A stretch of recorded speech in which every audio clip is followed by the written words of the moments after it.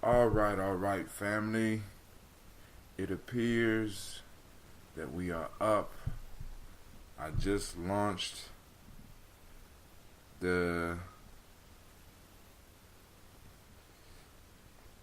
Black Signal. Gonna get it together. We up. Let's wake Hootsuite up. Wake up, Hootsuite. Wake your ass up. Good morning. I know it's kind of late for some of y'all, but we are live. I am joined today by wow. Miss Gye. Oh, that's from yesterday. I'm impressed. It's from yesterday. I got on the same shirt I had on yesterday. So what? So what? Daily Toast Umoja should be popping up on Facebook real soon. Sasha is under the weather, right? We ain't gonna go and claim that sickness. Sasha's under the weather, so I wanted, and I had to go in today. Let me see. I had to go in today, but I didn't want to take her because her grandma said, I cleaned up my house. Your kid's not welcome. See, okay, all right, and that's cool because I understand because she look out for him all the time. Hold on, I need my glass. So, me and the kids stay home. I'm gonna be doing some work and some projects at the crib, and you know how we do. Make it in solving problems from the home front, and because we could do it. All right, so family. First off, I want to say, great Umoja to each and every last one of you. I apologize. I can't find my purple shirt. Once again, I can't find my purple shirt. No, Sasha's sick, so it won't make no sense in dragging her out. And this whole sick thing is kind of because I always be thinking people be faking. You know what I'm saying? I don't know where I get that from. I'm always thinking that people are faking, and so Sasha couldn't go to school on. No, we didn't have school on Nia. She couldn't go to school on Umoja because she had a fever of 101 on Umoja, right? And I'm like, oh, whatever. So Sasha come home, she chilling, she having a good time, she alright, And then the same thing with Umoja. She go chill over my mom's house. She cool. Then Nia, she go over there, and then she temperature increased, and my mom was like, "Yo, boom, boom, boom." Got worried about her. Then she come home. She chill with me. Then what is it? Kumba. Yeah, on Kumba, she was like warmer. But she started playing, having fun. Then yesterday it hit. So I'm like, man, late last night it started hitting. Said we gonna stay at the crib. Give her some time to recuperate. So that's enough of me. We're gonna do this toast. I am going to open up the lines because I know that even though it wasn't a day off for me, some of y'all may be off. So y'all might want to do a toast and talk. So I will make the lines available so that we can have some conversation on this great Umoja. So I'm getting stuff sent to me, and I'm looking at it, and I'm like, wow, man, let me see what's going on here. So, all right, it might be some good information for y'all. Let's see. Boom. Page manager. Alright. So I'm gonna open up the lines so that y'all first let's do the toast. And of course, we gotta do our song. I wanna make sure the chat is open. Oh Lord. Let me make sure, because I'm looking at some craziness on my screen.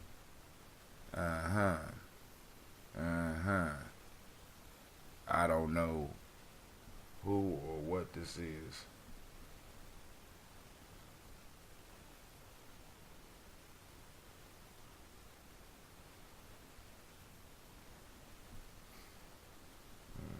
Alright, so let's get it popping. But before we get that popping, I want to see something real quick.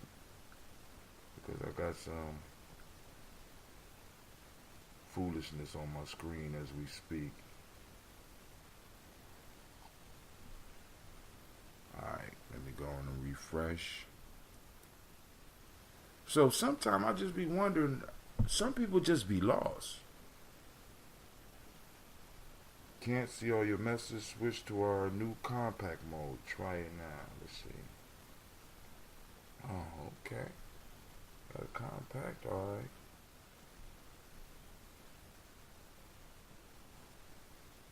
Alright, cool. Alright. Can't see try it now. They got this new mode on here. I want to see what's going on. Our new compact mode. I don't understand.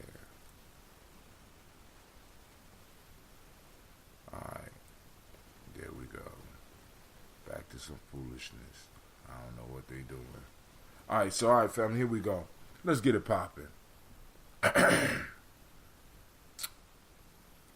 First off, I want to welcome you to Gye-Nyame Journey Media. This is the place where your hustle build muscle. And the congregation of the mighty. This is Gye-Nyame Journey Media. Alright. This is a Heart of December production. Of course, this is a daily toast. Where we strive to blow up your old paradigms.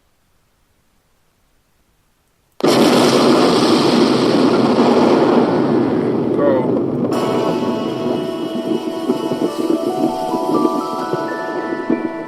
Black signal went out. Let me know if you got it. Mr. Diddy.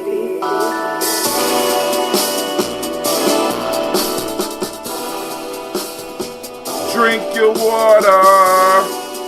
That means you, Socks, drink your water. Come on, drink your water. But first, take your breath and drink some water. Take a breath and drink some water. Take your breath and drink some water. Take your breath. Drink.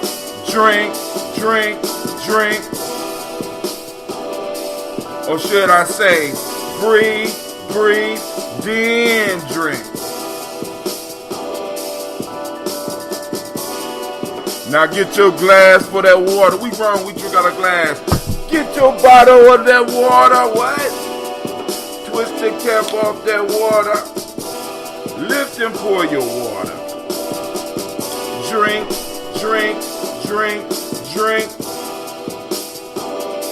Or should I say, lift, pour, then drink.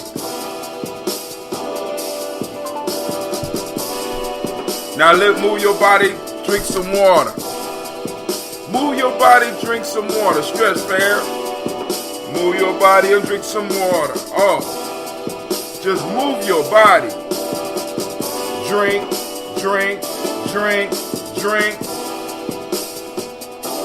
Or should we say, move, then drink. Now raise your glass and toast your ancestors. Now raise your glass and toast your ancestors.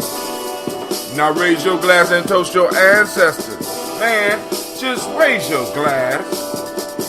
Drink.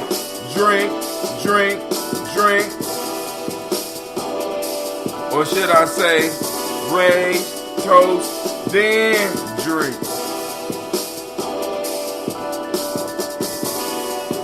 Take your breath and drink some water.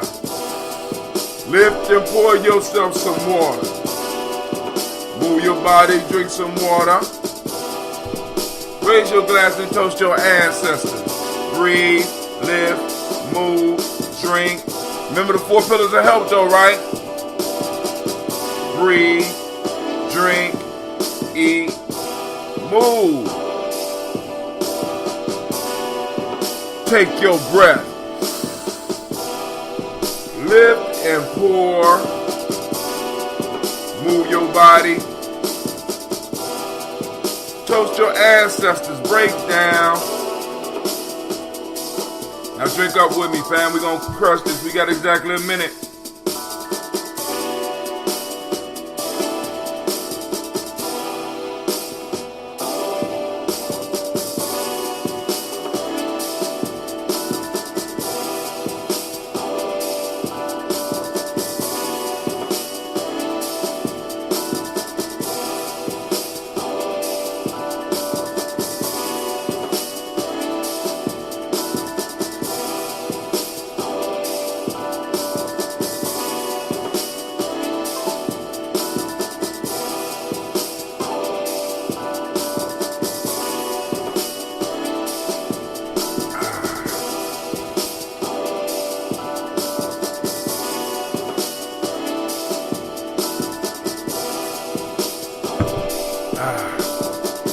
Drink, drink, drink, drink. 33.8 ounces, family. Lift your glass. Lift your glass. Lift your glass. Get your water, man. Alright, we're about to move to the 50 ounces. And I don't think I'm ready yet. I tried that last time and I would be off stuff, but we're going to move it. We're going to have to move because I found the 50 ounces. So we're going to move back up to the 50 ounces. See if the training has paid off. All right, family. So, once again, I'm going to open the lines. But first, of course, we're going to get up in here and we're going to pour these libations. Or, you know, as we call it, we're going to do our toast. Only got a little bit of ambrosia left. I'm going to save a little bit for Sasha, even though she's a non-believer, right? All this time she's been sipping. As a matter of fact, before she got sick, I told her to take a sip of ambrosia. She said, it don't work. I said, okay. I said, okay. Hurt my feelings, okay. Okay, you little non-believer. You know. But I ain't gonna say if she didn't drink my ambrosia. If she would have drunk the ambrosia, I don't think she would be, you know, because you got to keep that microbiome together, family. So it's some stuff in the news that we definitely could look at as well. Now, one of the things that was on my mind was this whole definition of a nation, because, you know, in Gye-Nyame, one of the first things we start building on is the definition of a nation. Because like I said, in Gye-Nyame, you know, a lot of us started off on the whole nation builder, warrior piece, and we had to be able to really look at what a nation builder was, what a warrior is, you know, what is a nation builder within a nation, you know what I'm saying? When do you stop building and start maintaining? When do you, in a sense, move from building to maintaining and governing? Right, and what is the role of a warrior, right? So we have to really start looking at that type of stuff, and I really want to kind of look at, or at least have a discussion about a nation, what a nation is, and what and how, by the way Gye-Nyame look at it, this ADOS thing works out perfectly. All right, you know what I'm saying? Because it is because I'm understanding there's a beef growing with individuals in the Pan-African community, because a lot of people believe that you can't talk the ADOS talk and deal with the Pan-African agenda. And I disagree. As a matter of fact, I think that the only correct method of dealing with Pan-Africanism is first dealing with this whole, or at least us in America, dealing with this ADOS thing. And if I remember, I'll get back to that. But first, we want to give honor to the Creator by whatever name you choose to call that Creator. We lift up our glass, we salute the Creator, and we say, Ashe. From there, family, we move to our list of ancestors. And we got a nice, beautiful, and long list. And I want to thank all those people that took the time to send in their ancestors. Now, I do have the number now.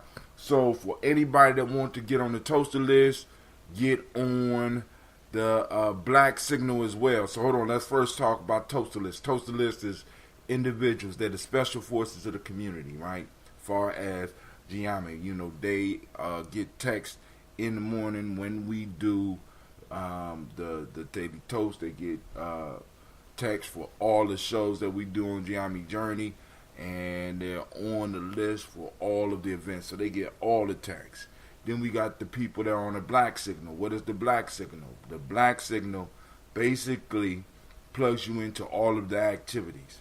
So you don't get no text for shows really, unless it's like a special show or something going on. But you get all the events. You get on the list with all the events. Kwanzaa events, the Malcolm X Festival, any other festivals or any other things that we are doing. Any like the malls and the marketplace and stuff like that, we send out text for that. All right, so stuff like that. So those are the two major lists. Now we got other lists, but those are the two major. So to get on a toaster list, you text toaster, TOASTER, to 25456. Right? If you want to get on the black signal, you text GNJ to 25456. I think that's it. Yeah, 25456. That's right. All right, so shouts out to Mr. Navita. I see you out there. Thank you for joining us on the YouTube channel. Right? Yeah, I had to get up, man. I was in that tub, man, and sometimes I just be like, hey, you know. But I said, let me go and get up. You know, because after I decided, I said, well, I ain't going to be able to take her. I ain't going to be able to take Sasha to work with me. I said, I need to, you know what I'm saying? I'm going to just chill right now. So here we go.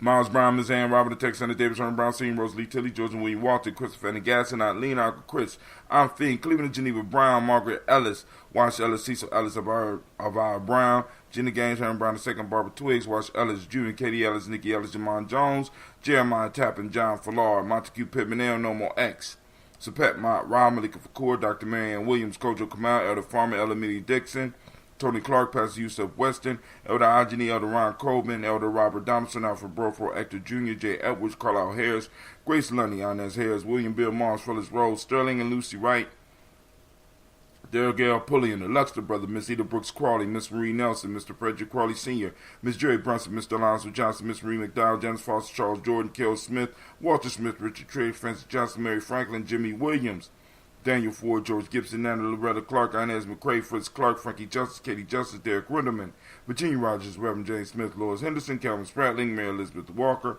William Walker Sr., Sarah Jane Carter, Michael Ford Jr., Kellen D. Russell, Susie B. Smith, Teresa Clay, Melvin Dale Hodge Jr., Herman Copeland, Mildred Copeland, Jenny Clay, Bird Beatty, Sarah Weller, Vita Farmer, Gosa, Sue Shell, Harvey, Aunt Charmaine, Aunt Evelyn Theodis, Harvey Hasbury Sr., Linda Dickinson, T.C. Islam, Terrell Dunbar, Will Thomas, Sarah Berry, Mark Walsh, Merle B. Thorne, Pearl G. Thorne, Ida Johnson, Florence M. Carter, Joanne Thorne, Erica Patricia Lewis, Juanita Wright, Robert Wright, George Wright, Mary Eliza Frederick Davis, Mary Elizabeth Rogers, Mary Esther Keisha Reese, Linda Watson Hammonds, Jarrell Giles Watson, Sparrow, Slimmy Selvin Lewis, Andrew Holmes, Pearl Moore, Percy Moore, Jr., Mildred Owens, Booker T. Bowden, Charlie Hunt, Sammy Stober, Heather Pearson, Sturgeon Thornton, Richard Thornton, Lavina Hall, Freeman Banks, Mary Moss, Sophia Peacock, Willie Thornton, Napoleon Kennedy, Mark Ramsey, Paul Ramsey, Matt Ramsey, David Ramsey, Charles E. Thornton, Frankie Quails, Urania Thornton, Bernice Quails, Ernestine Jackson, Frankie Johnson, Teresa Mormon, Leon Johnson, Charles Bell, Vivian Ramsey, S.C. Johnson, Delrita Johnson, Leon Johnson, James W. West Sr., James Parham, Dana Jones, Henry World, James Farmer, Mary Chavez, Leon Grace, Bessie Johnson, Hattie Levester, May Moreland, Paul Moreland, Elder Caleb, Rosemary Martineer, Elder Amatab Wellman, Fred Douglas Triggs Sr., Thelma Triggs, Thomas and Lula Berry, Lacey Ellen Ohio, Frank Russell and Davis, Fred Douglas Triggs II, Vina Triggs, Reverend Eddie Moore, Helen Fuller, Eugene Jackson Sr., Richard Ellis, Silas Alexander, Charles Maxwell, Percy May Alexander, Arthur Renner, Stanley Lockhart, Ricky Lockhart, William Lockhart, Woodrow Lockhart, Brenda Porter, Deacon Hargrove, Carlos Sawyer, Andrew Parker, Doris Donald, Ellis Murphy, D'Amico Russell, Delamont Arias, Gene and Ruth Jones, Jana Callahan, William Walter West, Najla Perez, Elder Basiji Falani, Jim Robinson, Gladys Johnson, Valerie Clark, John and Mary Sullivan, Dirk Johnson, Antonio Johnson, Delise Waters, DeFridas Hines, Inez Bostic, Edna Bostic, Winifred Scattleberry, Wilson Hadley, Elma Hines, Phyllis Lee, Eugene Spratling, Calvin Spratling, Charles Wooden, Penny Brown, Roy Lee Printup Jr., William Johnson, Wilbur Longmire, Edith Catney, Janice Carter, Michael Carter, Leon Pina Carter, Margaret Carter, William Carter, Lisa Jordan, Charles Lee Mosley, Dorothy R. Blair, Ransom Evans Sr., Sam Evans Sr., Neilon Blair Sr., Edward Stevens, Sue Ann Stevens, Joe Davis, Timothy Butler, Gene Holmes, Dana Jones, Peter Charles, Christy Nichols, Cardinal Robinson, Rosemary Charles, Ada Pearl, Bob Ingalls, Jack Wallace, Warren M. Finch, Warren P. Finch, Tim Ingalls, Audrey Finch, William Billingsley Jr., Jennifer Sensabaugh, Hazel Gasson, Jerry Brantley, Brian Watson Jr., Kaniko Parsons, Jason Kathy Bradford, Thomas Bradley, also known as Uncle Buki, also known as Gypsy, Reverend Roosevelt Word I, Stacey Trice, Frank Smith, Mother Bertha, Michael Leonard, David Brown, Ruth Carter, June Cox, Ruth Cox, Paula Cox, Ronald Irving, Judy Hubbard, Irene Johnson, Francis Booth Jefferson, Dan Wilkinson Sr., Emma McClendon, Jerry Doyle, Mina Robinson, Mary Nichols, Patricia Williams, Shabaka Teray, Greg G2 Gibson, Donna Hill, Richard Gleavers, Lee Irby, Tommy Irby, Boy Irby, Jim Goshay, George, and Holly Johnson, Archie and Margaret Armstead, Diane Scott, Erica Armstrong, Claire Fox, Gene Evans, Archie Beck, Anna McGill, Charles McDaniel, Christine Cottrell, Al Becker, Alice Arnold, Arthur Arnold, Hattie Reed, Charles Reed, Eulin, Andrew Baker, Patricia Edwin Brooks, Gwendolyn and Bob Hatch, Kimball Vernon, Bradley Kim, Janie Harry Tubman Cates, Spencer Sturgis, Sally Mae Baker, Ethel Baker, Creola Baker, Geneva Baker, Aaron Nino Baby Hatch, Had Seen Mally Miller, Housie Hatch, Dad Cleveland, Mother Gibson, Alex Nixon, John Bowie, Lester and Rachel Saunders, Dorita Ross, Viola Ross, Robert Nelson, Princess Stevenson, Leroy Stokes, Neely Johnson, Fletcher Swan, Manny and Charlie Scott, Ida Casey, Thomas Cofer, Vivian Stevenson, Mona Ann Lewis, Cornetta Lyman Lewis, John Jackson, William Dallas Lewis, Mary Francis, Chappelle Jackson, Michael Slade, Joanne Perkins, Richard Jackson, Martha Ford Dawson, Big Mama, Nanny Harris, Eva Ford, James Harrison, Margaret Towns, Mary Williams, Leroy Q. Heath Seen, Albert Moore, Miss Vanilla, Albert Motley, Geraldine Elizabeth, Douglas Thompson, Earlington Houston, Lud Alls, Elijah Alls, Jerome Alls, Henry West Staten, Joe Jamel Alls, and Pierce, Donald Carter, Lily Green, Nancy Greenback, Vaughn, John Dewey, Ruth Beard, Tim Butler, Raymond Laura Newton, J.B. Froggy, Thomas Newton Sr., Baba Naeem, Jeanette Sanders, Jerry C. Sanders, Roy Pruitt, H.J. Bradley Sr., Harry Wilson, Rufus Jenkins, Minnie Wilson, Catherine Sanders, Muriel Ellis, Elizabeth Sanders, Henrietta Irby, Mildred Armstead, Margaret Armstead, Catherine Anthony, Ruth Brown, Charles Walker Sr., Charlie Walker, Cecil Russell, Diane Urban, Haroon Phillips, William Ford, Margaret Logan, Phyllis Barnett, Lee Urban Sr., Michael Urban, Ozella Watson, Hugo Watson, John Caldwell Sr., Robbie Lee, Caldwell, Nevaeh Mitchell, Ron McCormick Sr., Sabrina Easley, Rayshawn Easley, Javea McCormick, Barbara Ann Reed, Dorothy Ann Reed, John Reed, Shekamaha Reed Jr., John Reed Jr., Patricia Reed, Edward R. Benson Sr., Ethel H. McNair, Lois Fernandez, Jacqueline Broadus, Reginald Oliver, Mazarin Coper, George Swan, Monia Grayson, Charles Scott, Charles H. Scott, Michael Morgan, Charlene Morgan, Sybil Edwards, McNabb, Annie Ferguson, William Ferguson, Shelby McClendon. From there, move to our book, and this is the book we're building up for next year, because this year we were blessed enough to be able to take up 2 whole pages. We got 2 whole pages within our Kwanzaa directory. We're going to work on building up the Kwanzaa directory for next year. So a lot of the business that will be getting spaces at the mall, at the G&J Mall. Hopefully, we'll be able to translate that into Kwanzaa, into other events, as far as making sure people know that the place to come once a month will be G&J Mall. And family, we're not playing, right? So now, family, so for next year, what I was trying to say is for next year, we're trying to build it up so that we could take up 3 or maybe 4 pages. You know what I'm saying? And that's not outrageous. That's not an outrageous act for us, for us to be celebrating our ancestors and be able to go and get them to be getting some real estate on some of the stuff that we do, right? So this the start of that. And here we go. We got Joella Giles, James Carswell, Liberta Adams, also known as Aunt Sis. We got Elder Shaka McNair. We got Anthony Brown. We got Jonathan Ford. We got Lottie Gaucher. We got Cousin Tony, Michael Johnson, James, Jimmy Johnson, Barbara Shane, Lewis, Ronald Shelton Jr. We got Damian Top, Westina Banks. We got Joseph Bingham, Quincy, Mama, Aunt Lady, Abraham Isaac Cundiff. We got Aunt Barbara Lewis, Renee Johnson, Joy Ryan Ross Riggins, Jamonte, Marcus Price, Ness Words, Marshawn McCarroll, Demetrius Beard, Herb Jefferson, Ralph Mickens, Eric Walker, Quasi Sample, Candace Simmons, Severance Clayton, Leonard Jones, Melvin Scott Sr., and Elder Clarence Lumpkin. We lift up our glass and we salute those ancestors and we say, Ashe. All right, from there, family, we move to the present moment. Y'all know what it is right now. We are in Umoja. I'm asking everybody, activate your reticular formation. Seek out unity in the community. It's there. You just got to look for it. You got to search for it. You got to go on and seek it out, right? Rather than looking for the foolishness, right? So, Umoja means unity. The demonic principle of the day is true. The color is violet. The Hermetic law is mentalism. Male name is Kwojo. Female name is Ajua. Right?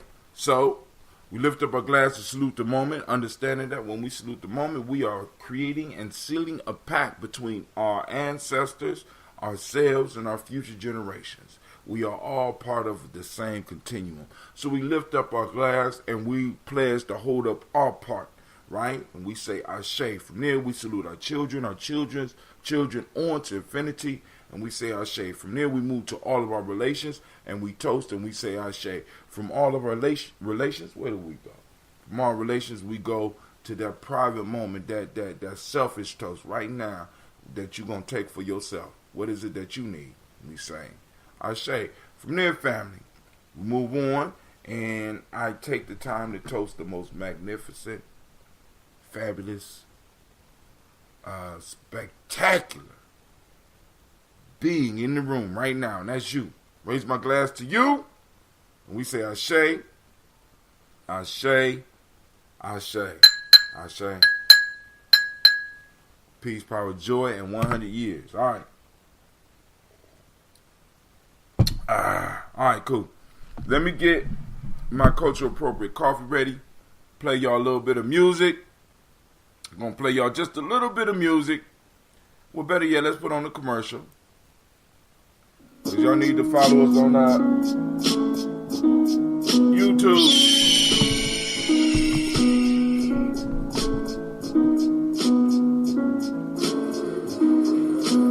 I am a Gye-Nyame man. I was born for greatness. My greatness comes from my potent center. I pledge to find and connect with my center. I pledge to build my spirit, mind, and body. I pledge to use my hands to build a better world for myself, my loved ones, and my community.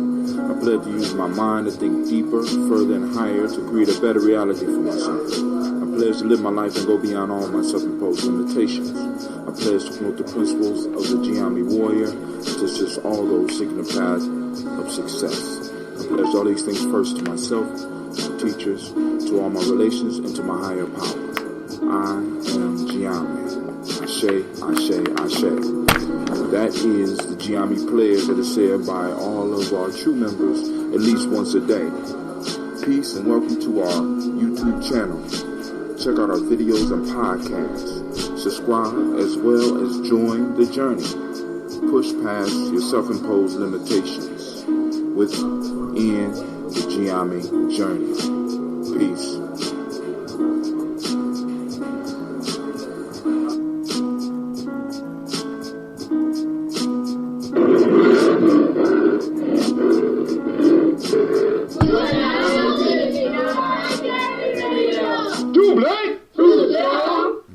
this is.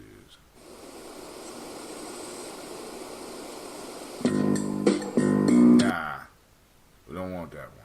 Let's see. All right, so anyway, family, let's go and get the conversation started. I'm going to officially open up the lines right now. Start conference call. Boom. Start it. So if anybody want to call in, we can have a conversation.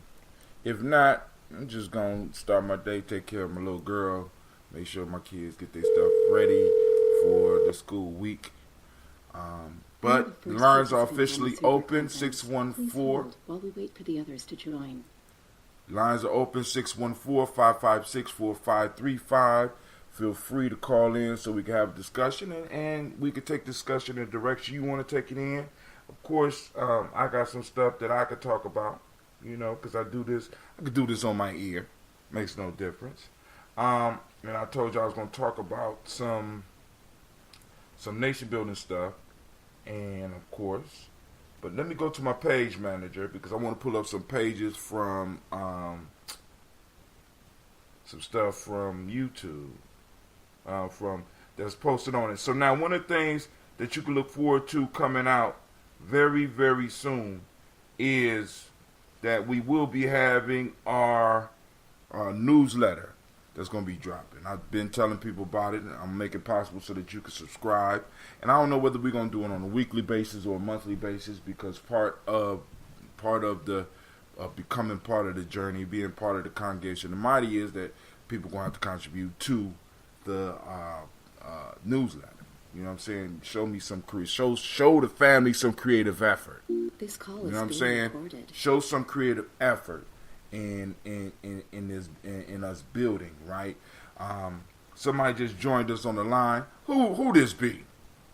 This be Sister Navita. I'm trying to get a quick call in before I pull up at the job and everything. So go ahead. What's going on, Miss Navita?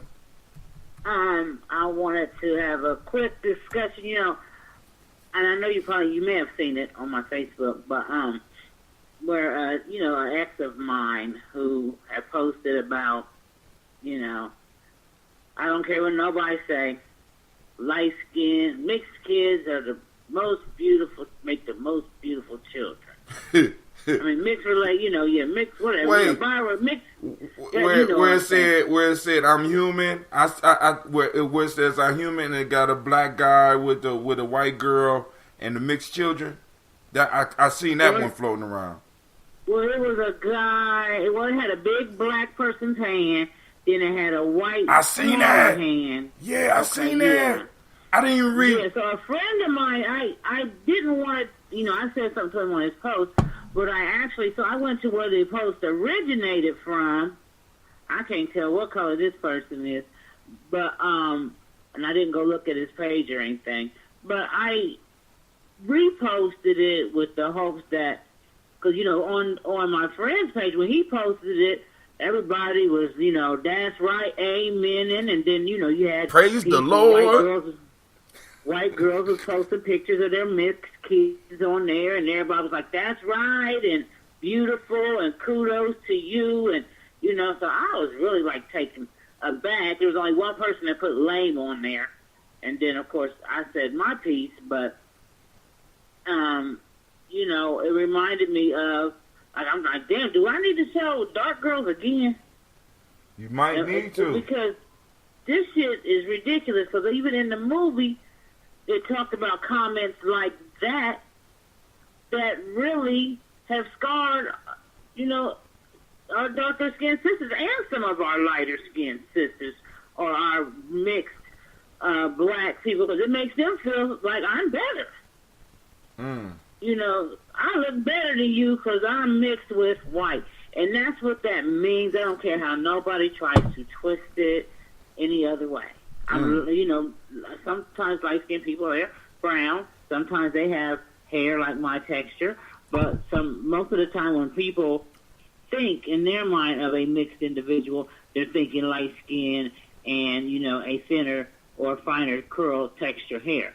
So it's like, we know in the black community what that means, because when they see somebody light skinned, they'll go up to them and say, are you mixed? Are you So we already know that it's affiliated with a lighter complexion. And that people, really, it really discouraged me that so many people feel this way. So I say this to say also what it produces is because it gives the notion that the children are more beautiful because they're closer to white and you are lessening their black look. That's what I think they're trying to say. So with that being said, my sister was on Facebook the other day, and they were talking about this topic or some topic about, race or whatever. And this white girl just comes on the post and says, you know what? You light-skinned black girls kill me. Y'all just mad because y'all men don't want you. They want me. Well, white girls. They want white women. Right. And that's this post like that brother made gives the mindset to the white girls like her. You know what I mean? Because now they're like, they want to make babies with me because y'all's babies together don't look good. So ironically, before I seen your post yesterday, I was having a conversation at my night job about this, right? Mm-hmm. And something, so I experienced this a great deal coming up with, and I think I spoke on this before, with my family. And I didn't know just how bad it was until my father had told me I was supposed to be named after my grandmother. My middle name is her name, but not my first name. And he said he refused to allow my mom to name me after her because she didn't like dark people. And she didn't, he was telling me about how this really was an ideology that they brought from the South up here with them, right? Mm-hmm. And how it was rooted in the church that they attended and everything. And I shared this on the show before. Right. But this idea is like when we talk about, not knowing where we are, if we don't know where we've been, it's not even, I don't know that it's an always about being white or just the difference in the way you were treated if you were light-skinned on plantations, right? Right. And so it's kind of like got rooted in us, and then it keeps on perpetuating. I've almost been in fights. I've been accused of, my girlfriends, a lot of my girlfriends are light-skinned. And people say things to me like, you're cute to be dark-skinned, right? And when I was younger, I didn't know that was offensive. But as I got older and people would say that, now I'm a grown woman. And you saying shit like that what to do you me? mean I'm cute to be dark-skinned? Right. Why not just say, I'm cute, period? So there's been times they would say, oh, here we go, Jay on one, Jay, here she goes. You know what I'm saying? They would always make it seem like it was me and I should just take these people underhanded compliments. But really, that's no compliment at all to tell somebody. So what I tell my students in class all the time is the darker you are, the closer you are to God. And it doesn't matter. I don't care who I offend.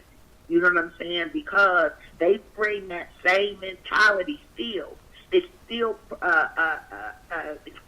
exists. That whole ideology about this light skin being better than dark skin, it continues to exist. So when I hear kids picking on somebody for being dark, anything like that, my girlfriends hear me say it all the time. The darker you are, the closer you are to God. I can't recall where I got it from, but it's something that I say frequently. And I don't care who I offend. You know what I'm saying? Also, I just want to point out that this thing, it does exist on all continents. I think about my students from Nepal. The darker they are, the lower they are on the caste system, right? And their names are associated with that shade as well. And I remember when you're teaching a little girl from Nepal and having her look down on me, right? But then I realized that she came from a country where everybody looked down on her. So it made her feel real good to have an opportunity to look down on somebody. You know what I mean? Mm-hmm. Once I figured it out, and once I figured it out, I could better deal with it. But at first, I had no clue. I started reading on. I didn't know much about people from Nepal, and the more I read, the more I understood, and then I just figured it out.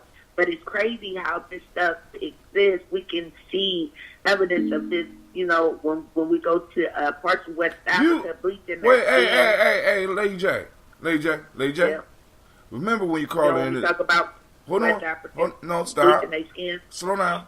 Remember when you called in? It's a call-in show, and we shared a conversation. Navita was trying to wait before she went to the office. You gave your story. Oh, I didn't know that. Yeah, we conversated. Is she still on the line? No, she hung up. You just kept going and going. You like the Okay, Energizer Boney. And you know I ain't taking my medicine this morning, so you better not say no shit that make me snap. Don't make me. I heard the tidbit on. I just clicked on the Facebook, and this is one of my favorite topics. I'm sorry, but I had to ask Sister Navita, where am I supposed to get my nose pierced? That's what I wanted to ask her. I apologize. This is just one of those things that I just be having to deal with.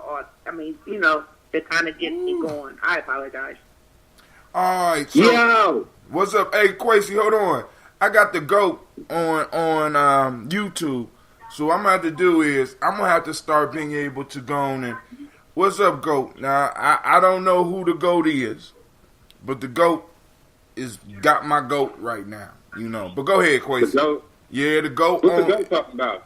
Oh, I mean, you got to see the timeline. Maybe I'm missing something. I don't understand. Hey, They nigga. talking about some weird shit. No, it's just the way some people open up with some. It's like, what's wrong with you? You know what I'm saying? I understand that people feel safe. Being able to go up under names that nobody can really trace you down with. You know what I'm saying?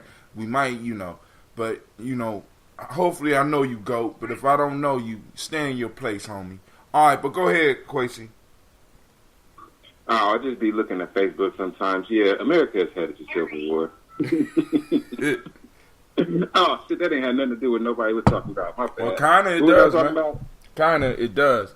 I mean, because I got some topics that I want to run through, but Navita hit on some shit that got Lady J. Oh, that light skin thing? That light skin dark. It ain't just light skin thing. It's the light skin dark skin thing. The mixed babies? The whole mixed babies look Yeah, better I commented thing. on that. But you already know, man. I don't even. Those kids are black though. At the end of the day, I don't know what they are. Conversation I had, they black. Those I don't know. mulatto children. Those two children are black. I don't I was know. about to holler at Lady J, but she's too light skinned for me. Shit, I'm too black, too strong, too beautiful. I say, I lay in my darkness. I lay in the sun and get dark every stuff. I can't wait to be as dark as possible. Whatever. You lay in the sun and get beautiful. That's what getting dark is. Get crazy. Oh, thank you, quite. I just like women. Fuck all that. I like women. Yeah, I like women too. I like all flavors. That's what I'm saying. But it's something I do want my kids to be darker than me though. Now, well, it's kind of hard for my kids to be darker than me. Then because shit, it's very rarely that I'm able to be out blacked by a motherfucker. So my kids is kind of rough. Not really, but all of us are lucky because the whole issue is, like I said, because it's like those kids are black, and it's like this. One of the things that we have to start doing as black people is that we're not accepting everybody. You know what I'm saying? I'm just sorry, Lady J. I know you're gonna disagree. Those kids are black. Listen. I strongly disagree. I'm not accepting. Black folks are not accepting everybody anymore. You know what I'm saying? That's fine, but I'm just saying. Listen. And white people don't like. Listen. This discussion is not. This discussion is not about what white people like. I'm just bringing up the point that as black people, we got to stop accepting the motherfucker. A white girl could dance, we accept her in. White man could dance, we accept him in. Listen. If they are mixed, I believe that they have a choice. Wait, hold on. I believe they have a choice, even if the choice is only in their own mind. I'm not accepting. Kamala Harris. I'm not. Yeah, right. Kamala Harris got a choice. I'm not. Kamala Harris got a choice as fuck, and she's like black looking. He looks like maybe darker than me type shit, or at least about my same complexion. And I ain't giving motherfuckers left and right. how you act. When it's questionable, how you act is how I place you. I'm not on that because the one drop rule don't affect people in the same way that it did back then. Let's move on to another conversation. All right, cool. So now the next conversation that I want to hit on, since Lady J is all sensitive on me all of a sudden, I'm learning. It's almost Pisces season. We got a couple more hours. I'm gonna tell you why I'm sensitive, and we gonna move on just because you're talking about people in my family. What? I keep telling y'all, I'm one of few dark. How am I talking about people in your family? You talking about mixed people? This is the Lady other J. thing that I just want to point out. You said you want to go somewhere else. My girlfriend light skin, but she's the darkest person I know. She be on her straight. See, but Lady J, you're missing my point. You know that? See, you miss my point because because actually you do be using bully tactics. You know that although you left although you left the streets, you have brought the bully tactics into your intellectual banter. I'm trying to let you know. Because listen, I'm saying one thing and it's like, look. What? Baby, I ain't never denied not being a bully. I ain't never denied not being, I'm sexist, I'm misogynist, I'm all that shit. I don't even care. You understand what I'm saying? Y'all know that. People know that when they call. Sisters know that when they call into me. I'm a man. I don't give a fuck. You know what I'm saying? I'm going to be a man, and that's what I'm going to be. I ain't, but what I'm saying is, Lady J, I'm not talking about your family. What I'm saying is, as black folks, we got to stop accepting everything and everybody because of this one drop rule, because somebody made this rule and we got to accept it. Where is the person mind state? Because I know some light-skinned people who are the blackest people I know. But then I also know some black motherfuckers. You ain't let me finish. You ain't let me finish. You ain't let me finish. You ain't let me finish. Right? See, that's that bully shit. Right? I ain't scared of you. But I'm not talking about. Yeah, there you go. I'm about to hit you with this right hook. I know some dark-skinned people, as dark as me, that's white as fuck. And I'm saying, never met anyone darker than you. I'm saying that where a person's mind state is where I'm going to allow them to be. You know what I'm saying? Especially when it's like when we have to make choices, because I'm talking about circling the wagons. You can't be acting one way and then want to get past us in the wagons. Cause we have orders. What's the orders when people approach in the wagons, Quasi? Say it again. Circle the motherfucker. No, we already circled the wagons. We got people running towards the wagons. And we got the what's the order? If anybody running towards the wagons that's outside of the circle, what we supposed to do? Smoke their ass. Smoke their ass. So listen, don't come running towards the mat. Don't come running towards the wagons talking about I'm black now, I'm black. Pow. No, you not, motherfucker. Pow, motherfucker. You should have been with us when we was. Pow. You know what I'm saying? Because Lady J, that's how we let spies in. Because just because you look like us. Fuck that. All right, now, but you went to another place. I always go to another place. Don't fly like that. And I wasn't. That's not where I was going. I think it's interesting that kind of Lady J. I be analyzing shit, and I kind of you just kind of opened up in a way, and you showed me. I saw everything. I don't you just opened your whole guard up, and I saw your whole strategy. I ain't even gonna put you out there like that, but man, you might need to have a talk in private. I just saw you just showed me your whole strategy. You just kind of revealed, because when people when you fight, when you spar, whether physically or mentally, you show your opponent your strategy. You show your opponent your moves. You show your opponent your rhythm. And as much as Floyd Mayweather is a coon, that motherfucker's a beast at people's rhythms. You see what I'm saying? And that's what I sit back and do. I'll sit back and I watch your rhythm. So the more you swing, the more you leave parts of yourself open. So I love to counter. You know what I mean? And you don't like getting punched in the body. You know what I mean? So if you don't like getting punched in the body, maybe you shouldn't swing so much. All right. So, Lady J, we moving on to another subject. Go to Gye-Nyame Journey Media. We changed the name. The name is Gye-Nyame Journey Media now. I know people going to be confused by that. But I have a flip book on there. I want people to check out, go and look at it. Check out the little flip book because it's about the mall. And also, like I said, we're going to start producing. And Lady J, I'm going to need an article a week or an article a month from you. I'm need at least an article a month from you, Lady J. You know what I'm saying? She done hung up on me. You quiet now?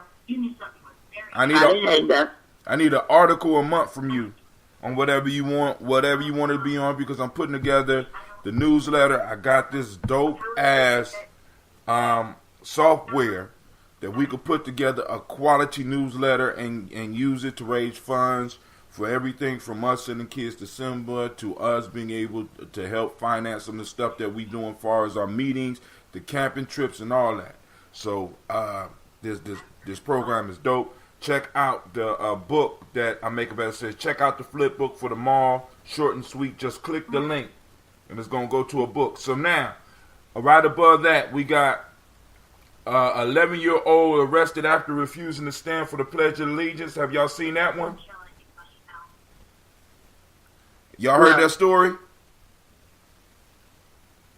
All right, we have an 11-year-old arrested after refusing to stand for the Pledge of Allegiance. An 11-year-old student was arrested after refusing to stand for the Pledge of Allegiance and allegedly telling a teacher that the flag is racist and the national anthem is offensive to black people, according to reports. The boy, a student at Lawton Childs Middle Academy in Lakeland, Florida. God damn it, Florida. The fuck is going on in Florida? Was charged with disruption. Y'all not ready? Huh? Y'all not ready for my comment? About this one? Hell yeah. Yeah, I kind of know where it's going. I hope you're ready for the response. If you're going to throw it out, as Quasi say, you're going to put that punch out there. Get ready for the counter blow, right? I don't give a damn about none of that. All right. Was charged with disrupting a school function and resisting arrest without violence for the February 4th outburst, according to Bay 9 News. He was also issued a 3-day suspension. He was arrested and got a 3-day suspension. In the background. That's Lady J. Are you at the school, Lady J? Why the hell would I be at school? Well, no, I'm just saying because you remember. No, you remember because we open. I'm only home because Sasha's sick. Well, turn off the TV in the background, girl. I know you watching your favorite soap operas. I know you into that shit. Why would y'all have school today? I'm confused. You know we remember we did. It's about the noise in the background. No, we do. No, we do parent teacher conference on this day. You don't act like you don't know. They need a union. That's what ain't no damn way. Well, turn on the soap operas. I don't think it's my team. I don't know what that is, but okay. I have one of headphones. His mother, Dakiria Talbot, said officials took things too far by arresting her son, who she said is in gifted classes and been bullied in the past. My son has never been through anything like this. I feel like this should have been handled differently, she said. If any disciplinary action should have been taken, it should have been with the school. He shouldn't have been arrested. All right, so I'm gonna stop right there, Lady J. I know you got a comment on that, and this I'm reading this because it was one of the most popular ones. This article reached 417 people through Gye-Nyame Journey, and it was shared 8 times. Wow. Go ahead. Yeah, it just sounds like propaganda to me. Go ahead, explain. Sounds like bullshit. Wow, you know what, Lady J? I was actually, I thought you was gonna come from a whole nother angle. I was actually. Yeah, I am. I I am. No, I was actually kind of thinking that shit too, but go ahead. Go and finish. It's definitely sensationalism. It has it written all over it. But the piece that I want to say is that I too am America. When I look at the flag, Now that's the angle I thought you was come from. What? That's the angle I thought you was gonna come from, rather than. Oh, well, you thought right. Go ahead. Go ahead. So my conversations with my students, we say the pledge every day in our town hall meetings.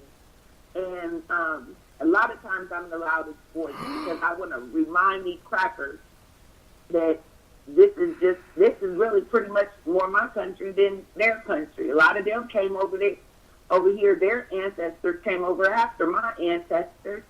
And so I'll be needing to serve as a reminder. I need to be serving as a reminder of who built this country. I need to be serving as a reminder of who died and whose blood that is on that flag. My people have fought in every war ever fought on this soil and abroad for this country.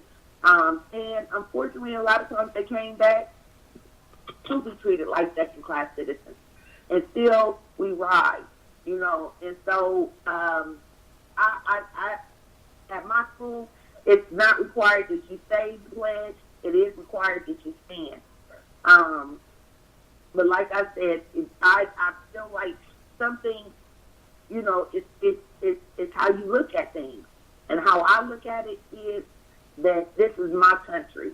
And my people fought, my people died, my people sacrificed. And though this country is not perfect, it is a lot better than a lot of other shitholes. And so, you know, that's how I look at it. My people built this country. This is my country. What they got to do with standing for the pledge and having a child arrested for that shit? I mean, I mean, because I agree with you on that shit. This is my country. I think that story is sensationalism. And what I was going to say is what it sounds like. Now, hold on. Is the New York Post? Because this is the New York Post. Now, I don't know if that's. So what? I'm just saying. No, what I'm saying are they a reputable news source? I don't know. I posted it up, and I have heard. Yeah, but they're also known for sensationalism. Okay. Well, I mean, but all can't right, give cool. me a major But media outlet that's not, even in the sensationalism, my dear, please explain. That's what I was going to do. Get to it. Get to the chase. Get to the meat. From my experience working with young people, is that it started out about the pledge, and it ended with something much greater. You see what I'm saying? It went somewhere else. Real quick, if you don't mind, Hakim, and then I'm going to let someone else speak. I just want to give an example, right? This past Halloween, I go to school, right? Mm-hmm. And as soon as I walk into the building, I see this girl with like a 4-gallon size bag of candy, right? Uh-huh. So, you know me, I'm a fat ass. I really just wanted some candy.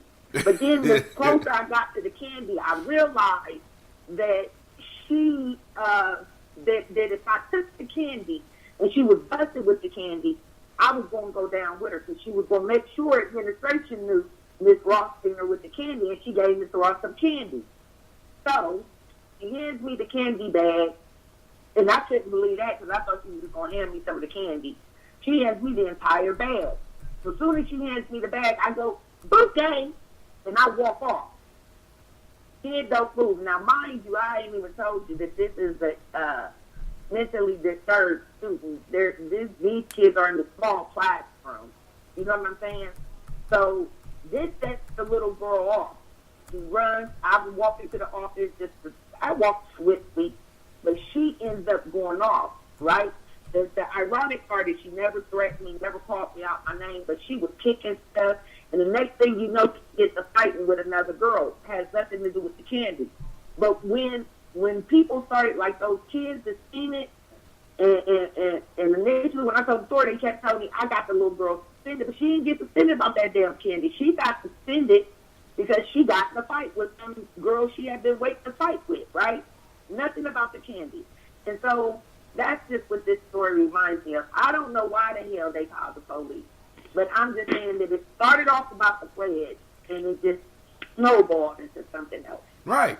That's it. All right. And I'm with you. I'm with you. But they called the police. That's what I'm saying. Not because it was a black male. They like to criminalize our children. And even if it's but also because I didn't read farther. The woman who called it was a sister. Yeah, that's Sister Navita. Yeah, I'll be on here brief. I'm at work. She whispered. Did you get my inbox? I replied to you. I hope to see you. I hope to see you at the mall, Lady J. If not, I'm gonna dog you on air while I'm there. I'm going to take a full half an hour and bring up some of your most famous clips, starting with the Gravites and shit like that. I'm gonna make sure the whole world. Well, already I'm using that shit. Matter of fact, shouts out to all my Gravites out there. But now, part of the sensationalism and part of the whole agenda piece here is because now Kwesi was joking, said there's a race war coming, right? But actually there's a movie called he said Civil War. Now, the teacher was a substitute teacher. Her name was Alvarez. She from Cuba. She told the little black boy, and this was started the argument. She told the little black boy, well, if you don't like America, why don't you leave? The young man looked at her and said, because they brought me here. So in frustration, in the argument, she turns around, calls the administration. The administration end up calling the police. They arrest the boy. Then they suspend the boy for 3 days. Now, see, when people ask questions like that, I think there's a one-word answer in tone of voice that you should use every time. It works every time. Bitch! That might have been the tone that got the police called on them. Bitch, they brought me here. I mean, I remember when my son was school age, and we've had a talk about, I'm not a fan of the Star Spangled Banner. I'm not a fan of the slave owner that wrote it. I'm not a fan of the slave lyric that was in its initial writing. I don't think it was designed. I know it was. It was not designed with anybody black in mind. And I don't make my son say it, and he does. But then when he was at school age, there was an issue with that. Because they would be like, well, at least you could have to stand. But I shouldn't have to even do that if I don't want to. You know what I'm saying? So it's like they just really, if you don't go by their rules, they're going to criminalize you. And that's even a law. You know what I mean? Came to me. It came to my mind too. Like, it's a cycle that ultimately leads to submission. Like, you know what I mean? Because you gotta go to school. Like, if you don't go to school, it's truancy. And then when you're at school, you gotta stand up for the flag, and then the flag. That's that integrity piece. You know what I'm saying? It's compromising your integrity. If you feel that that's the meaning for you to, for me, that's how I feel about that song. It's the meaning Sasha. for me. To me, it's like a Jew singing a song that Hitler made. That's how I look at it. And I am not doing that. And my son doesn't have to do that. And I don't feel like he should even have to stand for. His integrity is in question here if that's how you feel about it. So, I was kind of tripping that Anthony Hamilton sang the national anthem at the All-Star game last night. I was appalled, really. I was like, I heard about that, and there was 2 of my friends were actually on Facebook talking about it, and one of my friends said he did a wonderful job, and the other said she felt he butchered it, and she said it's such a beautiful song. I love the song, and I said no disrespect, but I'm just gonna give you a little history lesson on the song. You know what I mean?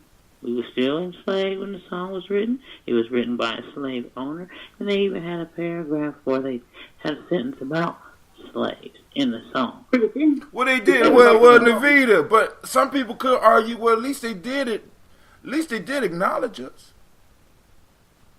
The thing about the That's song like saying, we're glad they gave us Jesus. Anyway. It's kind of like church. It's kind of like going to church. It's not even the words that people like. It's the pitch. It's an emotional. It's emotional. It starts low, and then it goes around. You see what I'm saying? When you have those dips and peaks and valleys, it has an emotional. it makes people feel the way. That's the deal. Vibrational frequency attached to it. It right. Gives you a beautiful feeling.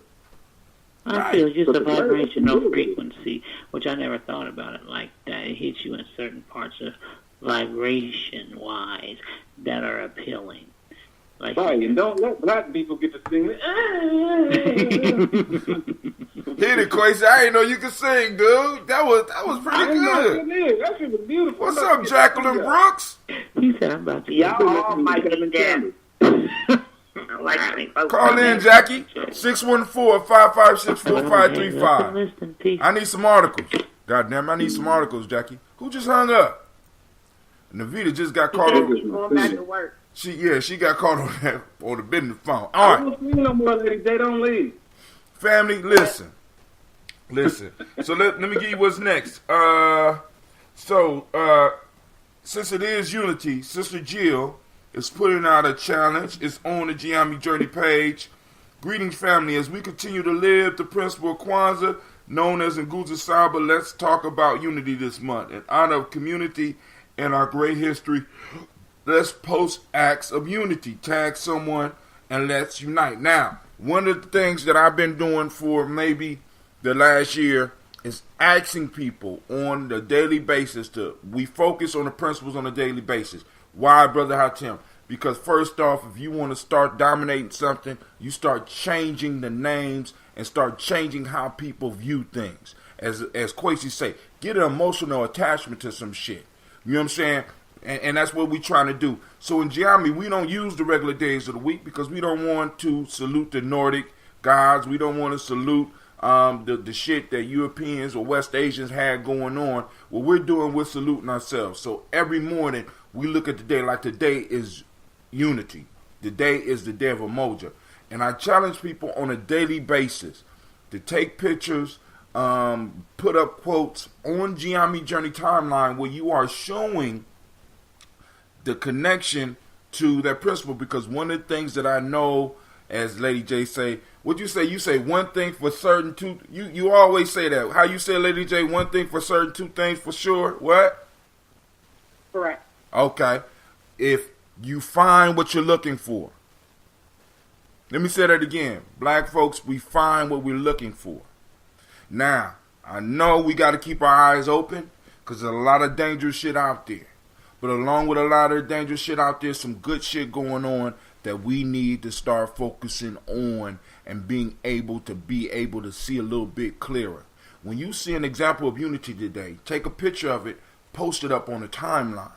Post it up on your timeline. But if you got a ratchet timeline and you don't want to ruin your ratchetness, by all means, use Gye-Nyame Journey and post it. You know what I'm saying? Because we got maybe a couple hundred people a day coming to the timeline. All right? I don't understand why you can't be ratchet and conscious. I know. Wait, hold on. Time out.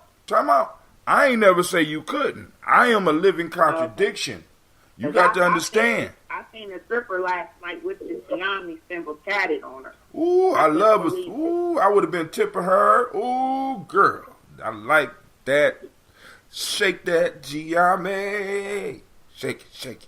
You know what I'm saying? But I mean, because now, when I say ratchet, I'm not talking about necessarily because I know conscious people that do different things. We don't all agree. Now, but the one thing that, because Sister Kim brought up a point about this whole God thing, because a lot of us, we be falling out about this whole God piece. You know what I'm saying? So, some people call it Allah and Islam, and I mean it's just morning people. Morning.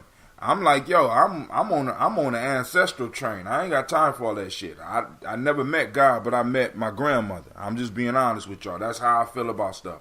So one of the things that I use to break down walls is, especially when we talking to other people, is getting on the ancestral piece, going back to the whole being conscious and being different. Being conscious doesn't let me ask you something. Hold on. Being conscious doesn't mean that we all do different. I mean, that we all do the same goddamn thing. Quasi like different shit than I like. Like we just did a show in the hookah bar. According to some conscious people, we shouldn't have been doing that because that is as unhealthy as hell. And me and Quasi kicked it and then went out and ate some other unhealthy shit. You know what I'm saying? Then I dropped him off at the car and took my unhealthy ass home and probably had a beer afterwards. So, you know, there's no one way to be conscious. But somebody was about to ask something. Go ahead.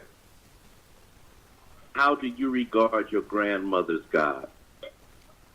It don't matter how I regard my grandmother's God.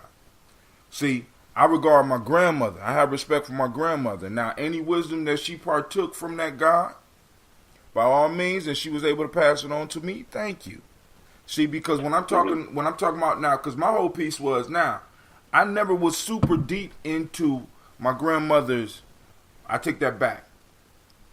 I grew up in my grandmother's religion, which was Christianity. I learned how to read using Christianity because I would practice reading along as we did things in the Bible. That helped me, along with comic books, helped me really get a good grasp of reading. I learned I had the ability to memorize in the Christian church. Now, but as I started coming into information, I started understanding that the stories in the Bible were very similar to other stories. And I'm like, these are stories. All right, then I got a new word for it. These are myths. Now, I'm not going to let these myths go and rule my life. You understand what I'm saying? So, boom, I have respect for what my grandmother believed because it helped me to a certain point. But I'm not necessarily a blind believer in what she had. You know what I'm saying? My grandmother had a deep love for Jesus, and I'm not going to disrespect that. But I have a love for my grandmother, which supersedes my love for any one of these deities because I never met them. See, because people so crazy, they argue and fight over shit they never met. Never. But they'll let those that they know fall off.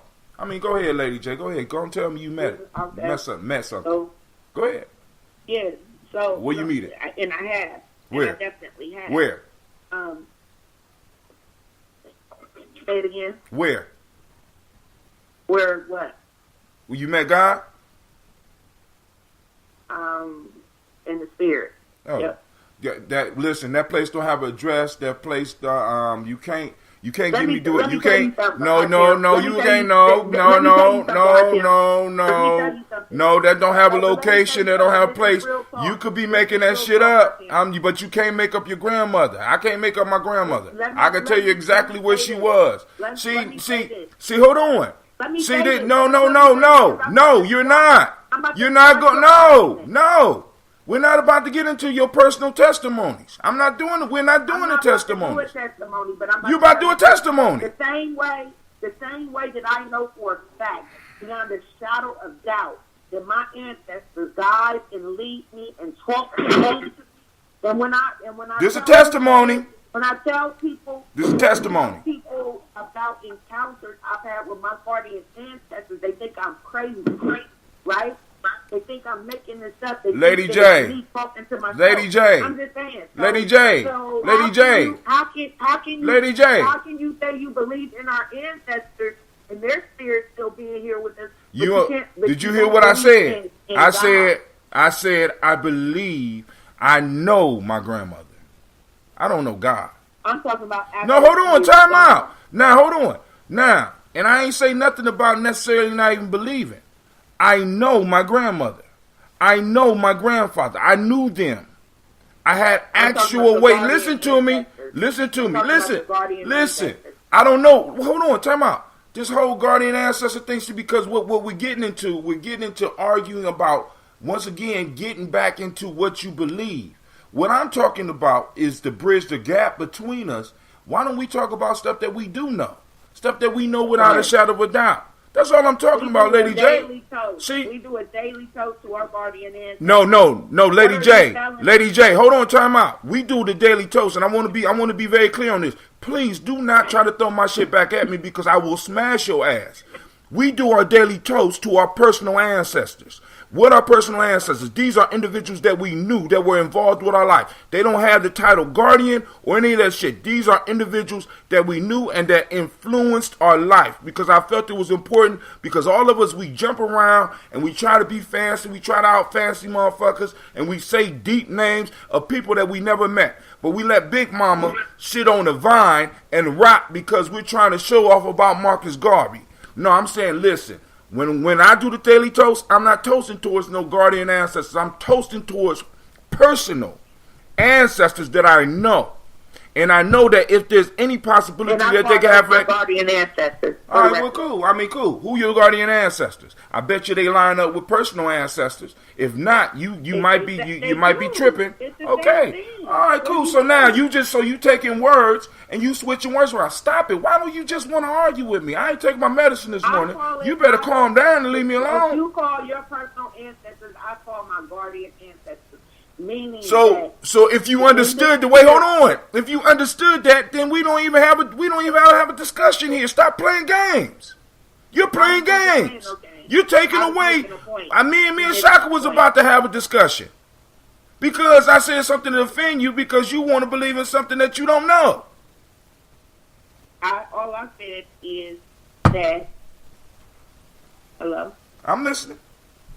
All I said was that when I speak of my personal ancestors, whom I refer to as guardian ancestors, because I know damn well I didn't 614 where I'm at without someone in the spirit looking after me. And so I call them my guardian ancestors because they watch over me, they guide me, they protect me, right? They lead me, my guardian ancestors. And so when I talk to people about my guardian ancestors, they think I'm crazy because I can't see these guardian ancestors. But I believe, and I know, it's not even about me believing. I know that these things are supernatural. They can't be explained, right? And that's what I know. That's what I believe. People think I'm crazy when I speak of it. I hit the lotto one day because somebody whispered numbers in my ear. I was obedient. I went play, and I hit the damn lotto. When I told people where I got the numbers from, they thought I was crazy. They said that wasn't your guardian ancestor. That was yourself. That was your intuition, right? But so so Lady J, where do we disagree at? I'll tell you where we disagree. You said you were going to a place there that we honor things that we can't see. And I'm telling you that I can't see my guardian ancestors. Lady J, but you just said that what I call my personal ancestors, you call your guardian ancestors. So what are we discussing? What are we discussing right now? Other than going in a cycle that will never end because you don't want to. I mean, come on, man. Somebody else is on the line. Who is on the line? Uh-oh. Good morning. What's it's up? Jacqueline. Yeah, oh my God. She on some official shit. She said Jacqueline. What's up, Jackie? I was just listening to this riveting conversation about the ancestral realm and the creator and people who don't exist, and I was intrigued. Right. I mean, I'm just chopping it up. We just chopping it up. But if you have some comments, by all means, do. Lady J, meet my sister Jackie. Jackie, meet Lady J. Make sure you read comment. Yeah. I spoke with Lady J before. Don't we have a mutual friend? Who is our mutual? Shaka, hi. Don't we have a mutual friend? Who would that be? Is this who is our mutual friend? Maybe I know who it is. She has a huge bottle. Like it's monstrous. Read some comments too if you get a chance out there. Okay. It's Tamiko. Is that your friend? Tamiko. Oh, maybe not. Are you? You have multiple sisters, Hatim? Oh, you said who? You have multiple sisters. Oh man, are you kidding? Oh, you talking about my? Okay, cool, yeah. I mean, you my sister, Lady J. Jackie, you my sister. Jackie, my sister. Now I got. Oh, I thought it was the sister. Okay, sorry. No, that's not. But no, I've been on here before. Right. I've agreed with a lot of the stuff that you said in the past, and we had conversation last time. Yeah, that I called in. But No, I wanted to ask a question, actually. But hold on, before you ask that question, Jackie, Miss Jackie already asked, what's the number again? And Avita said, can they get the pick 3 today, Lady J? So go on. Hey, true story. 2 days ago, I played 30-10 pick 4. My birthday is 301, and it did come out to pick 3. It came out 301 straight, and I did not play it. So I was at neck care for 2 days, which is why I missed y'all's show Saturday night, because I was just very close to the edge. But this Sister Navita, sure enough, I played 30-10. It came out 301. So I'm on it. I'm on it, and I'm going to be at the I hit the number. I'm going to be at the market, the G&J market, spending all my ends and dividends. You better come regardless. Don't use that as a fucking excuse I not to come. actually think I'm out of town. I ain't even gonna lie. I think that I am somewhere on Saturday. Whatever. That's why I did. Don't show up. I dare you. Go ahead, Jack. Yeah, I don't do bully tactics, bro. Okay, I'm not bullying. I'm promising. I'm promising. As soon as you started making threats, I'm promising. You ain't no. This ain't no. That's okay. You already know how I operate. Don't show up. You started making threats. I made as a Don't show up, Pisces. That's it. Just I dare you. Go ahead, lady. Miss Jackie. Go ahead, Miss Jackie. You got a question? I ain't trying to get ready. All right.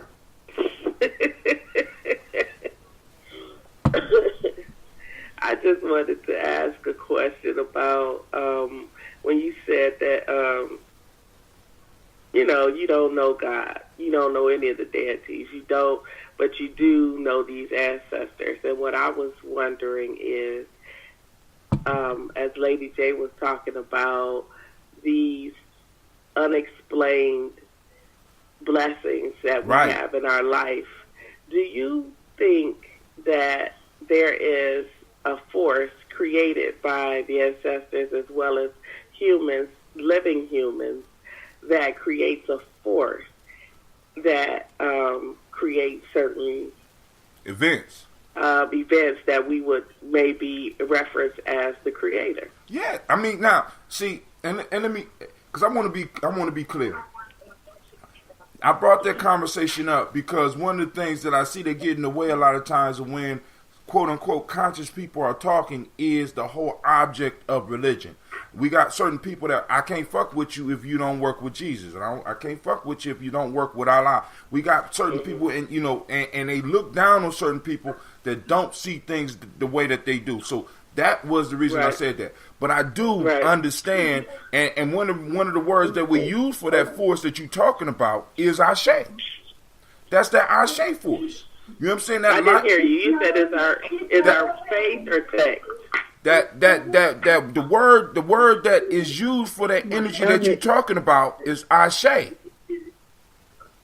The thing acting with our ancestors as well as our own energy that's acting with us. Now, a lot of times we attribute that to the creator, and it can be the creator because I don't know. For me to sit up here and be like, and tell people I know there's a creator. Now, I can tell you what I believe, but I can't tell you I know that there was a Mima, and I do understand through. Do you know that Mima is with you after she has passed? That's what I want to know. Can I finish? Let me finish. I don't now. Not only do I know that, I can prove it scientifically.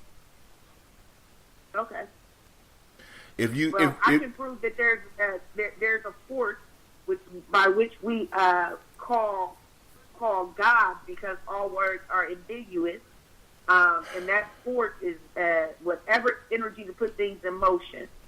So it is. Lady J, if that make you feel good, by all means, you could go to sleep on that one. You go to sleep on that. Energy. It is all those things, and because words are ambiguous, some people just choose to call that word God, right? And our ancestors are gods. God. Listen, like, Lady J, all of those things, baby, yeah. Lady J. If you know what you know, just let it go. If you know what you know, let it go. See, because once again, we getting into this well, you got to hear me. You got to. No, I know. I don't know what you're saying. If that's the way the universe worked for you and it's been working like that, baby, by all means, keep that shit rolling. And don't. I'm not co-signing no shit like that. If it works like that for you, be satisfied and know that. You understand what I'm saying? All I'm saying is she asked the question. Like I said, I can scientifically prove my grandmother still, the energy is still around me. It's called the law of conservation of energy. Things do not, what is it? Things are not created to destroy. They're just transformed into another form. Period. Now, I know my grandmother. I don't know the other energies out there. And I'm not saying those other energies do not exist. I'm just saying I don't know. But I do know about Mima. I know about Peepa. I know about Gypsy, who just left. I know about my cousin, Jason. I know about my brother John, because I felt their love personally. I received gifts from them personally. That's all I'm saying. I could prove them.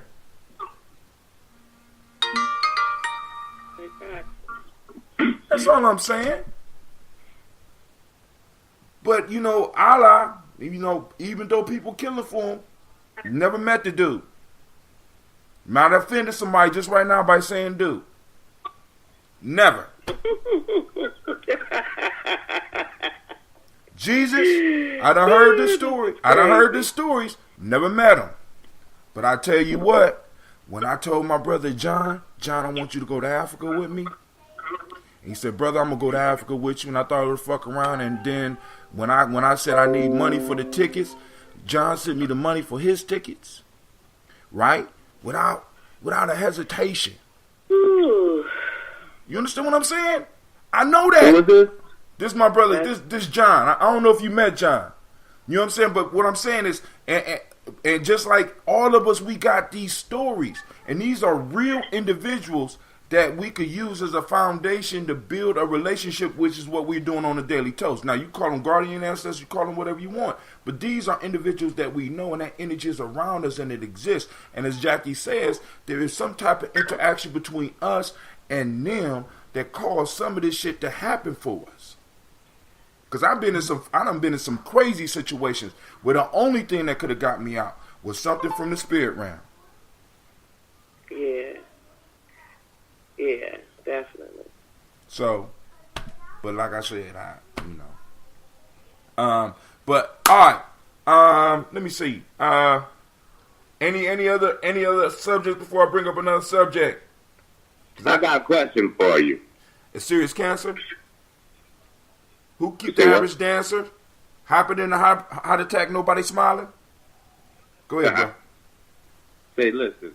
Remember 10 years ago, we was watching the news. We was over there on Hamilton Park at some little thrift, it was a thrift store, but it was outside. You know what I'm talking about? Me and you? Anyways, I remember we was watching a story about that oil spill, the whole BP thing. And how, like, after, it must have been days or weeks that they have been trying to figure out how to remedy this leak. You know, all this oil going into the ocean. You remember that? Yeah. And we was watching a story about how the single cell organisms came from the base of the ocean. And came and created like a cyclone and dragged all the oil down to the bottom of the sea.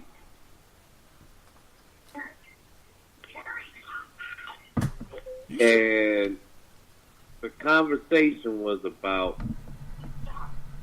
belief. Like, you know, here we are. We so set on how will man clean up his own thing. That man had done something that he couldn't undo. And instead of giving credit to the universe or giving credit in the universe where it's due, We just kind of like bypassed that. A lot of folks just missed that happen. But it was nature, it was earth that healed itself. Y'all remember that? I'm trying to remember because you said that it was like a whirlwind that sucked the oil down, all of it? Yeah. It was the amoeba from the bottom of the ocean that came up and created a cyclone that sucked the oil back down to the base of the ocean. Somebody fact check this story. Because that was some. Listen, because we know you be on them getting that killer, brother. I gotta check this story. No, but you know what? It is possible because there are some amoeba that will eat. I mean, you'd be surprised some of the organisms and some of the stuff that nature can consume and transform within that consumption. I mean, there are amoeba that will eat oil. Matter of fact, they got mushrooms that could. It's incredible, man. Nature is a beautiful mystery, and I think in many ways, we lose that. We lose the reverence for the mystery by pigeonholing it. You know what I'm saying? Because it's like, it's so much shit going on here. I mean, this is a whole system. It's beyond. It's even beyond it. It's not, because a system is like a machine, but it's a organic being. I mean, you listen. For any field of science or any subject matter that you are not, that you're not well versed in, you have to trust in man to decipher that for you, right? It's like there's somebody with letters next to their name who you trust because they got letters next to their name. Okay. And in a sense, that makes us, what do you say? It makes us dependent on these individuals' knowledge to explain stuff to us. What is the world without those specialists? Have we made them God, really, in our lives? Have we made their information superior because we're experiencing something that they're explaining through their allegory? But is it real? But the reality is that belief is what empowers everything. So do we believe more in his or her narrative that they bring about these subjects because of their expertise? And when does that information and that understanding replace our faith in who we cannot see?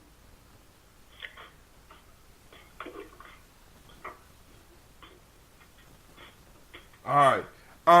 Is that Shaka? Was that Shaka? Yeah, that was Shaka. Yeah. Quasi. Yeah. Did you erase all the videos for the conversation we had on Friday because it was so scattered? Because I don't see them on here no more. I did. I thought that I tried to save one, but I erased that one too. Oh, it's cool. It's cool. But they was all fucked up. That was fun. Yeah, I know. I just wanted to make sure because I'm like, damn, I just hope they ain't just pulling stuff off. So we had a dynamic discussion on Kaumba night with some brothers from the Moorish faith. I don't know if you call them Moorish faith or Moors. They're just Moors. Moorish nationality. Yeah, Moorish nationality. And the discussion, because we were supposed to talk about a bunch of stuff, but the major discussion that really took over the little bit of time we had was the discussion about the ADOS piece. And one of the pieces that I didn't really get to cover was, sister, I can't remember the sister's name right now. She's going to look it up. But we have this issue with this census coming out in 2020. We also got the election in 2020 that's popping out. How would people right now that's on the call right now feel about on the 2020 census if they had a box that you could check that had ADOS? And for those that don't know what ADOS is, that means American Descendants of Slaves. Would you check the box?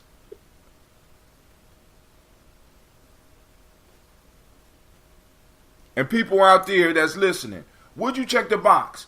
If there was a designation called ADOS on there that you can identify yourself as in a sense a native-born, non-immigrant black person that is the descendants of slavery or American slavery, because we need to be specific with that. Would you check the box? I guess I would. I don't know. I don't know. Whether I would or wouldn't, it would be strategic, and I would do it with the understanding that I wasn't going to be expecting to get shit. I was going to do it. I'm going to do it with the understanding that I'm going to position myself for the war that's inevitably coming directly at me just because they chose to put that there. That's only a sign of the times to me. That shit, they ain't giving me shit. They never have, never would. They going to fucking pry from their cold dead hands. That's my only. Well, hey, that's the only thing I'm willing to move on dealing with them. Well, hey, that's, those type of situations can be arranged, right? You know what I'm saying? From their cold dead hands. Lady J, you still on the line? Would you check the box ADOS? I plead the fifth. I'd rather not answer. I'm not sure I have an answer at this point. Brother Shaka. Somebody cooking or washing dishes or something. Something going on in the kitchen. Sister Jackie, would you check the box? Tell me what the definition means again. Descendants of slavery. What's the A for? American descendant of slavery. Because, well, I mean, we could talk about that in a later. I mean, because maybe that might be something we need to talk about. Because I'm thinking everybody is kind of in tune with it, but maybe we might need to have the discussion again. But would you be willing to check the box? Why not? Shit, I'm checking them. I'm putting a double X. Why not? I'm stepping. I would check the box. Read the comments, Tim. I'm trying to read the comments. You know this shit is slow. Damn. Navita, you can't keep on just running on this motherfucker. And Navita said, check the box. Because I didn't read it fast enough, she called to kind of force a nigga to read the box. I'm reading. She said read the comments. Hatim, yes. Let me ask you, Hatim. Go ahead. Because you know my concern, so let me I already know your concern. Articulate it, because I'm still kind of, I still don't know. I still don't even know where you. I guess I don't know. I don't know where you stand, and I don't know how much you're considering all of it. I want to know where your considerations are, because I'm sure we agree that ultimately they're not trying to give us shit.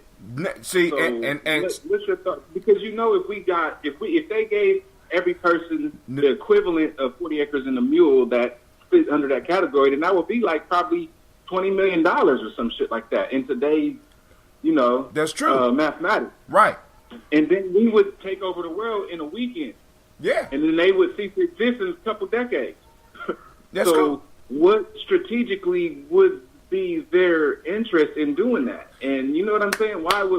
Do you really think that there could be any benefit that could come from that? Yes, and I'm about to give it to you. But let me read this, because Navita, if you type that up again, because I feel like Lady J, when she said I was threatening her, Navita said she would check the box. Are you satisfied? Are you happy? Navita said she would check the box. Now, this is the issue. Quasi, now. I think there's some more that's the only comment on there? Oh, yeah, that's the only one I'm seeing. Maybe I might need to refresh the whole screen. You think I need to refresh, Lady J? Because you saying there's more? I want to make sure that you live to see your next birthday, sir. So if I were you, I'd do whatever needs to be done to make sure all comments are read. Nah, well, I'm guaranteed to make it to my next birthday as long as I don't date a white woman, because then my sisters would kill me. I think that's the only thing that I possibly could do to be removed from this lifetime at this point in time. You know? Or a white man. God damn. No, I don't think the sisters would. I think they're gonna let the brothers handle that. And I got a couple of brothers right now that when they get out, that shit is not going to be, you know, nah, nigga, we ain't help you out with no money so that we can be. Nah, I gotta face the ancestors on that shit right there. I'm just like, yo, all my luck is gonna stop. Next time you get yourself in some fuck shit, don't pray. It's just done. But anyway, Quasi asks a very good question because Quasi is in warrior mode. We got to understand, family, because what he's saying is, what is the strategic advantage for them to give us anything? And the piece is, the way that I'm looking at the whole ADOS movement is that I'm not asking them to give me shit. Let me be very clear with you, Quasi. I'm not asking. See, we asked for the 40 acre and a mule. We asked to be treated right. We asked for equality. We asked, no longer are we asking politically, we're taking, economically, we're taking, through government systems, we're taking. My piece is, I'm putting it on the books and I'm giving motherfuckers an option. Let me know where you stand. As a politician, then boom, you don't want to deal with the ADOS piece. I need to remove your ass from office. If you are in a district that I can influence, because I want to take over where we are. And what we need to be able to show people is that all these motherfuckers are not our allies. I'm looking for my group. And I think the census would be a major way to help me. See, because the whole piece is, Quasi, it's never been about with me waiting for motherfuckers to give me shit. What I'm going to do is, as you said, I'm going to take the boot that's on my neck. I'm going to twist that motherfucker's ankle. I'm going to put him down, and either he going to kill me, or I'm going to kill him, or he going to give me what's owed to me. See, because one of the issues for us is that we never really took credit. We never really, in any real form or fashion, other than us just getting upset and saying we built this country, we have never really took any international credit for what we have done. We need to start saying that shit. I have a question. Go ahead, Lady J. So would it be the same as just adding African Americans? No. And having no. And having other black people check other boxes? Ooh. Yeah, but how would you guarantee? Like, for example, because African American, Lady J, if you really look at African American, the term is. So what would stop? Not correct completely. You say it again? Yeah, but well, I guess what I'm trying to say is maybe you we're drinking water? African American, but I apologize in advance, but the Negro speaks rivers, and God. I just got a problem with. I mean, I know I'm a descendant of a slave, but I don't want that to be my label. I could be a descendant of an inventor, a descendant of greatness. I don't know. Like, well, one thing we have to realize is words function as things. They hang in the room. They are actual things. And when you say certain words, they hit people in a different way. So it's not descendants of slaves. It's descendants of slavery, an institution, not a people. Because we don't want to forget that these are people.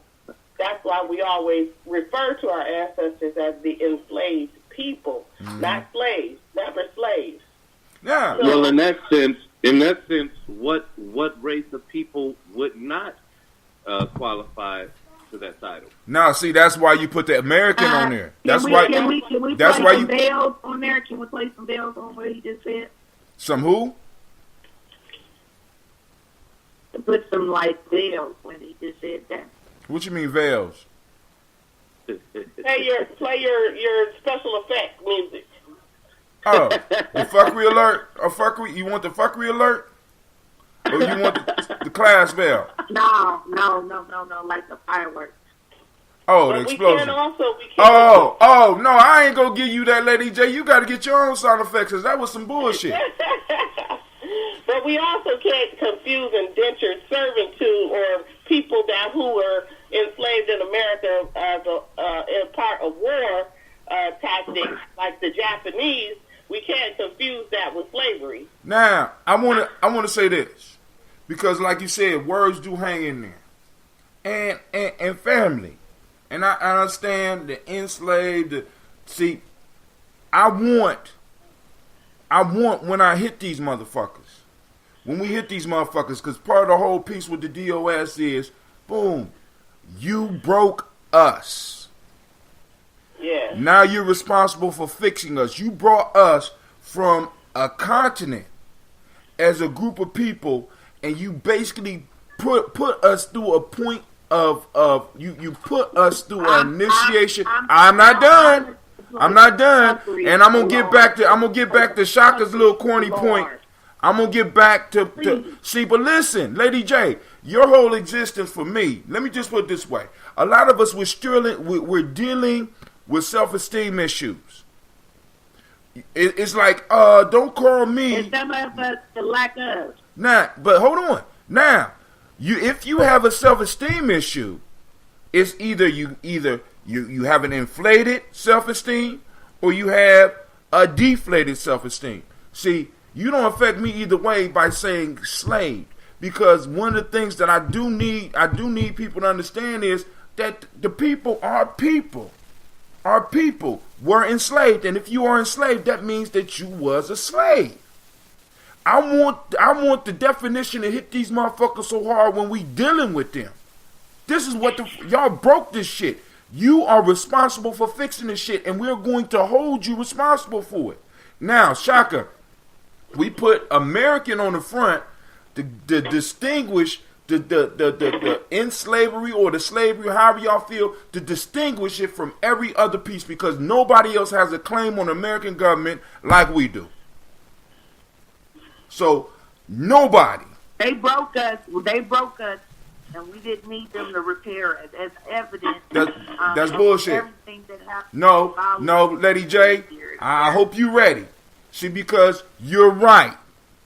You're right. We could have did a whole lot. But what happened, Lady J? Because everything that black folks say that we need to be doing, we have already done. I could prove it to you just by looking at our history. Everything.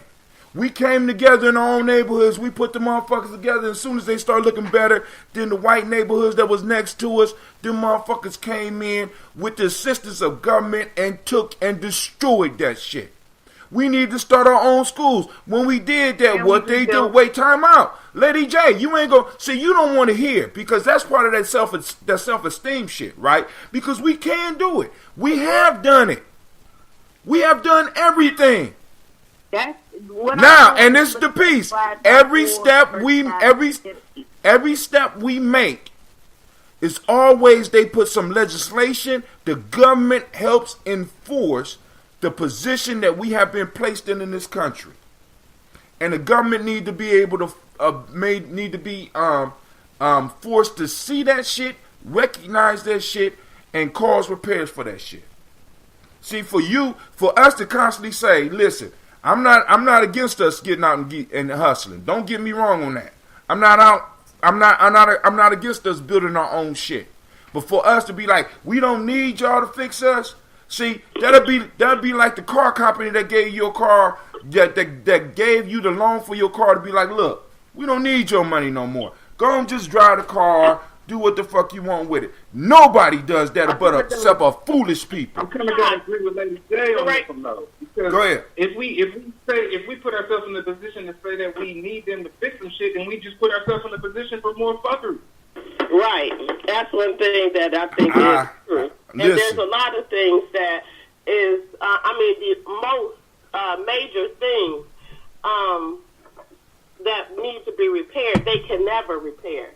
They can add a Band-Aid to the situation, but they could never repair those things that you get up every morning and do for us to try to repair the spirit. They don't know the spirit the way we do, the way your grandmother knew, the way any of our ancestors knew. So that's a part that they can't fix. If we talk that's up to about us. mainly a financial piece, then you can get some help. And that's all our main thing is the spirit of us that would maintain those type of institutions, cultural stabilizers, right? That you are putting together, that you have talked to us about many a time. Right. That's something that they cannot repair. Tell it free. Now, but hold on. But Lady J, see, because now check this out. I'm going to say this. Even with the cultural stabilizers. You talking to Jackie. I mean, I know I'm talking to Jackie, but Lady J, she amen this, so I'm going to get her ass. And plus, I'm not coming for you. You from Detroit. You on the vengeance shit. Lady J will forgive me tomorrow. You'll be holding on to shit I won't hear from you for about 15 years. So. And the other thing I want to say is language. Go ahead. Language is so important. Right. You have to thread. You can't think that a word that they labeled us with is going to have an effect on them to say you speak as slaves. I can tell you from a writer's perspective that the wording that you use that is forceful, and you need something that puts them on the hook. There is certain language like slave is not going to affect them in any way. They're comfortable with that. But talk about the enslaved grandmothers, the shackled grandmother, the broken grandmothers of us is something completely different than to refer in any piece of legislature or any document you can put together to put them on the hook to help us in some way to get a footing. But you have to realize the people that you're dealing with is never going to extend an olive leaf, or they're not going to, if you understand racism and the machine that it is, this is like a moot point to say to help us in any way, because they have the lead in this, and they're not going to give you a chance to catch up. Now, but how much we have prepared ourselves, we the vehicle of our own spirit. They look at us, they marvel at us still. I mean, the things that we are still learning about that were horrific treatment of our people, they still look at us in complete amazement. We are able to be one of the most educated groups in America to this day. And I'll tell you what other group we are too. So much. I'm about to break it down. Sold the entitlement piece to the people, to the white folks that believed and flown flags for slavery. They sold them on the fact that they were better than us, yet they used them just like they use us. But they were able to convince them that they would always have a job. They would always be in those coal mines. They would always have the jobs on the shores, longshoremen and those menial jobs that didn't require any education. And that's a big piece of Trump's promises to them, because he kept them on the hook with that stuff, telling them we're going to go, we're going back to coal and, this kind of thing, while we were in the night sitting behind enemy lines, educating ourselves. So now we are the most educated and qualified group to do anything in this country. But hold on, lady. Hold on. Right now. Jackie. Cool. Hold on. Two things from my favorite. Go ahead. 2 things from my favorite books that I want to talk about. I just want to drop the chapter. I'm about to get y'all. I'm about to get 48 Laws of Power. Go ahead. I'm glad you bringing it up. Go ahead. Because I'm about to get you. I'm getting all of y'all. Me totally. 33 Strategies of War. The Annihilation Tactic. I'm finished. All right. Now, one of the things that I want to just address is, of course, they can't fix the spirit. I'm not counting on them to fix the spirit, but the wealth disparity can be fixed without a shadow of a doubt. Certain policies that could work towards us can be fixed. Certain access to certain points of being able to receive certain things can be fixed. As a matter of fact, it will help us a lot. It will help us a lot in forming culturally stabilizing holidays if we had access to money as a special group. That shit is produced and developed by government. Certain guaranteed contracts so that we can make sure that a certain amount of our population remain employed with skills is something that the government can do.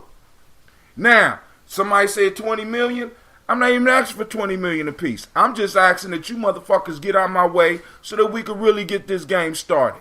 I'm not asking these motherfuckers. I mean, because it's like y'all act. It's like sometimes y'all think that when we talking about reparations, I'm talking about having these motherfuckers totally come into each one of our lives and fix shit. They can't do that, but there is certain policies on the books that we know have never really been that are not designed for us. Like, for example, a majority of people that are suffering the consequences of marijuana are black. But how many marijuana distributors are out there? Black marijuana distributors. We can't get on that because first off, we don't have the wealth. Second, not only do we not have the wealth, we don't even have the generational wealth. And that is a problem of government. And what the government can't fix, what we're saying is with demand. Now, also, some people get caught up in this, we're waiting for government. I have never waited for government. And I will challenge anybody out there that say I have. Because all the shit I'm doing right now is coming from the pennies and dimes of the people that I work with. But there is certain shit that I know would be easier if government was either out my way or government had erected some shit. Affirmative action. That shit was supposed to be ours. But it's not. It's not. That's a government program. We know that.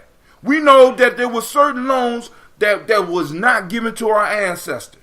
We know that there's certain things that happened to our ancestors during the Reconstruction. We know it was certain routes that our ancestors were denied during Jim Crow and slavery, and we stand in their shoes legally, so there is some type of way that shit can be fixed, at least from that standpoint. And let them handle the standpoint that they can't. If they resist, all I want these motherfuckers to be mad. I want them to be uncomfortable because I'm tired of sitting up in this motherfucking stalemate with motherfuckers not even understanding that they're at war.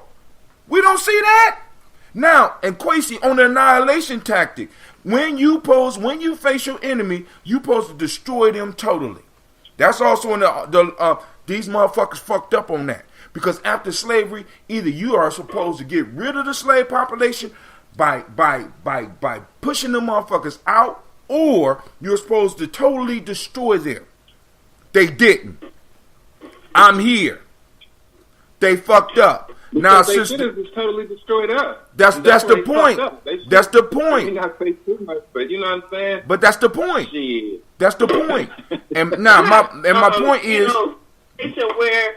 I mean, there's so many of the things that you're talking about that so many city workers that I know that have worked in programs in the city are so upset that people come here from other countries. Hell yeah! That's what I'm talking about. Of those programs, and we sit right here and we do not. We have young mothers, like for instance, I know one very closely. She has 8 children. She's just turning 30 years old. Got 8 children, they stair-steppers, will not go to a pantry to get food for her kids because they taught her here that would be beneath her. As an American citizen, and someone she has nothing, hardly just a high school education, and is under the impression that, that's beneath her. To feed our children. That's a sickness that has been fed to us that we have to change. We can change those things. We can use the system to get every single thing that you're talking about. But the thing that we have not done while we stand on these podiums and make these great speeches, we have not put a legal team together to demand. See, and that's but hold on, but Jackie, against them. But Jackie, I disagree with you on that because right now with this whole ADOS movement, this is the issue of why Kamala Harris is fucked up right now. And Cory Booker is fucked up right now. And some of these other people are starting to talk about reparations. Why? Because not only are we putting together Did you really just invoke Kamala Harris? Yes. Yes, because part of the issue is when you look at it, not only, damn, did you hang up because I said Kamala Harris? Goddamn, I'm sorry. No, I ain't hang up. Oh, I'm sorry, okay. No, but the point that I'm saying is that reparations are part of politicians' conversations now. Direct reparations for us. If you look at the rhetoric, Marianne Williams came out talking about 100 billions. We got Cory Booker right now. When you say black issues, now he got to change his rhetoric. Kamala Harris had to change her rhetoric on a black agenda and possibly dealing with reparations. What we want to get people from is from probably to dealing directly with it. Because, like, for example, the woman needing counseling, some lineage counseling, because the shit that she is affected by is some lineage shit. It's some shit that we receive, and we could go and develop the doctors that will be able to get the financing from the government because the government participated in fucking her up. Although we can do it, we can bail Medicaid. Because this is a serious medical issue. We got some serious medical issues, some serious mental issues that's coming down through the shit that they put us through. And for us not to at least present the bill, I think it's cowardice. I'm hiding because I think that if I present the bill, they're going to get mad. Fuck that. Let them be mad. Let them deal with us in the way that if we really enemies, please start dealing with me as an enemy. Let me know so I can kiss my children and be like, look, it's about to go down, baby. I love you. And I know a lot of us are scared of that shit. I just want the truth. That's it. I'm saying I pay these motherfuckers every time I go buy a pack of cigarettes. Every time I buy, huh? I said that's the one thing I do commend Trump for, because we do know the enemy up front and close and personal now that he is in office. But even as an enemy, some of his rhetoric benefits us directly, because even though the wall really won't do nothing for us, he is speaking out on some of the immigration issues that you just brought up. And a lot of black people don't even know that shit is truly affecting us. I mean, and it's crazy to me. And it's like, we can't keep on, listen, and Quasi, all I'm saying is, as men, we have a bill that we need to at least present. And these motherfuckers need to let us know what they're going to pay, whether they're going to pay, whether they're not going to pay. But for us to be sitting here silent and talking about, well, we already at war, nigga. How much worse can it get for us? The average black family wealth, not income, and I keep saying not even average, the median is $1,700. That means that that 50% of our people could only exist for 1 month on the wealth that they have. 1 month. I'm gonna assume that you're speaking in a certain, like, when you're saying this, I'm gonna assume that you're saying it to rally the troops, because like you kind of spoke on both sides. You said on one hand that we at war, but then on the other hand, you're saying like expecting something from the enemy. Wait, but I don't think that's necessarily. Time out, crazy. Let me finish real quick. Go ahead, because I want to make sure you understand. I want to make sure you understand me, because I don't want you, because it's not speaking on both sides, dog. It's not speaking on both sides. Yeah, and that's what I'm saying. I think it sounds to me like, me knowing you, it sounds to me like you're speaking to both sides of our people, because that's ultimately what it goes down to.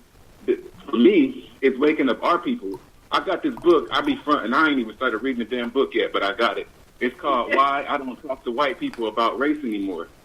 And that goes from just on some micro conversations all the way to the top. I don't want to say shit to them niggas. I mean, to them motherfuckers. Sorry, my niggas, for calling them niggas. It's okay, my nigga. It's cool. I want to talk to my people. I want to wake my people up. You know what I mean? I don't want to say shit to the enemy. And I do agree, if we want to write a war treaty, like a bottom line, drawing the line in the sand and present this, okay, I'm down with that. Awesome. But I'm also doing that under the understanding that they're only going to respond to that shit with force. At the end of the day, that's the only thing they're ever going to do, is respond to anything we say, or any strength that we present. They're going to respond to that shit with force. So But if we're not moving under that understanding, then we just setting ourselves up to get another move made on us. Quasi, all I'm saying is we already know how they move. But what I'm saying is, as men, there is a bill. We are old. And for us not to present the bill because we scared that these motherfuckers is going to make a certain move, we already know. They done hung us. They done burnt us. They done did all types of shit to us. They done came and killed whole motherfucking towns of us that was doing it for self. The fuck? We already know. You know what I'm saying? But let's present the bill. Let the world see. Let the world see who the fuck you really are, and wake up the rest of us. You know what I'm saying? And for me, I honestly think that these motherfuckers. I honestly think, because unlike a lot of people, in my study, I study bullies, and I understand that there's two type of bullies. It's only one type of bully that I have really ran into in my life, and that's the motherfucker that want to win. When you start fucking with when a bully start fucking with somebody that will not give them an easy win, they usually leave those motherfuckers alone. I'm saying, Quasi, let's stop giving these motherfuckers an easy win. Warriors out here, let's stop giving these motherfuckers an easy win by not even addressing, having these motherfuckers have to address our issues. These motherfuckers put stuff in laws and jump right over us. They don't even lump us into people of color, and everybody come over here talking about, well, we're all the same. No, we're not. No, we're not. I could trace my family back in this motherfucker 8 generations. And my grandfather passed me down some goddamn ties. I keep telling y'all that. That shit burns me up. My grandfather was an industrious, hustling nigga. Hustling man. And you mean to tell me, and my great-grandfather before that didn't even have an opportunity to compete with this dumbass motherfucker by the name of Rockefeller, who came right up from up the street in Cleveland. They didn't have a chance. And I'm supposed to be satisfied, and I'm supposed to be and be cowering and not wanting and not telling these motherfuckers, you gonna pay me what you owe. Let's get it on then. The fuck we waiting for? We waiting for Cleveland to get grown? I'd rather Cleveland die now. I'd rather die now than to pass this shit on to another generation and act like it don't exist. We got people wanting to feel good. Come on, man. That's all I'm saying. You speaking my language now. You just talking about death. I get excited. See, because once I start understanding the rhetoric already, in dealing with and looking at our history, I already know who I'm dealing with. They don't like paying bills. They never have. That's why they went and got us, because they didn't want to pay for labor. Come on now. And all I'm saying, there are things that the government is responsible for, and if they want to, not even if they want to, if we make them, they will repair on their side. Then the rest of the work will be easier for us because we will be able to afford to live in this motherfucker. Part of the insanity for a lot of us is the poverty. The poverty. You eliminate some of the poverty, some of this bullshit is going to disappear.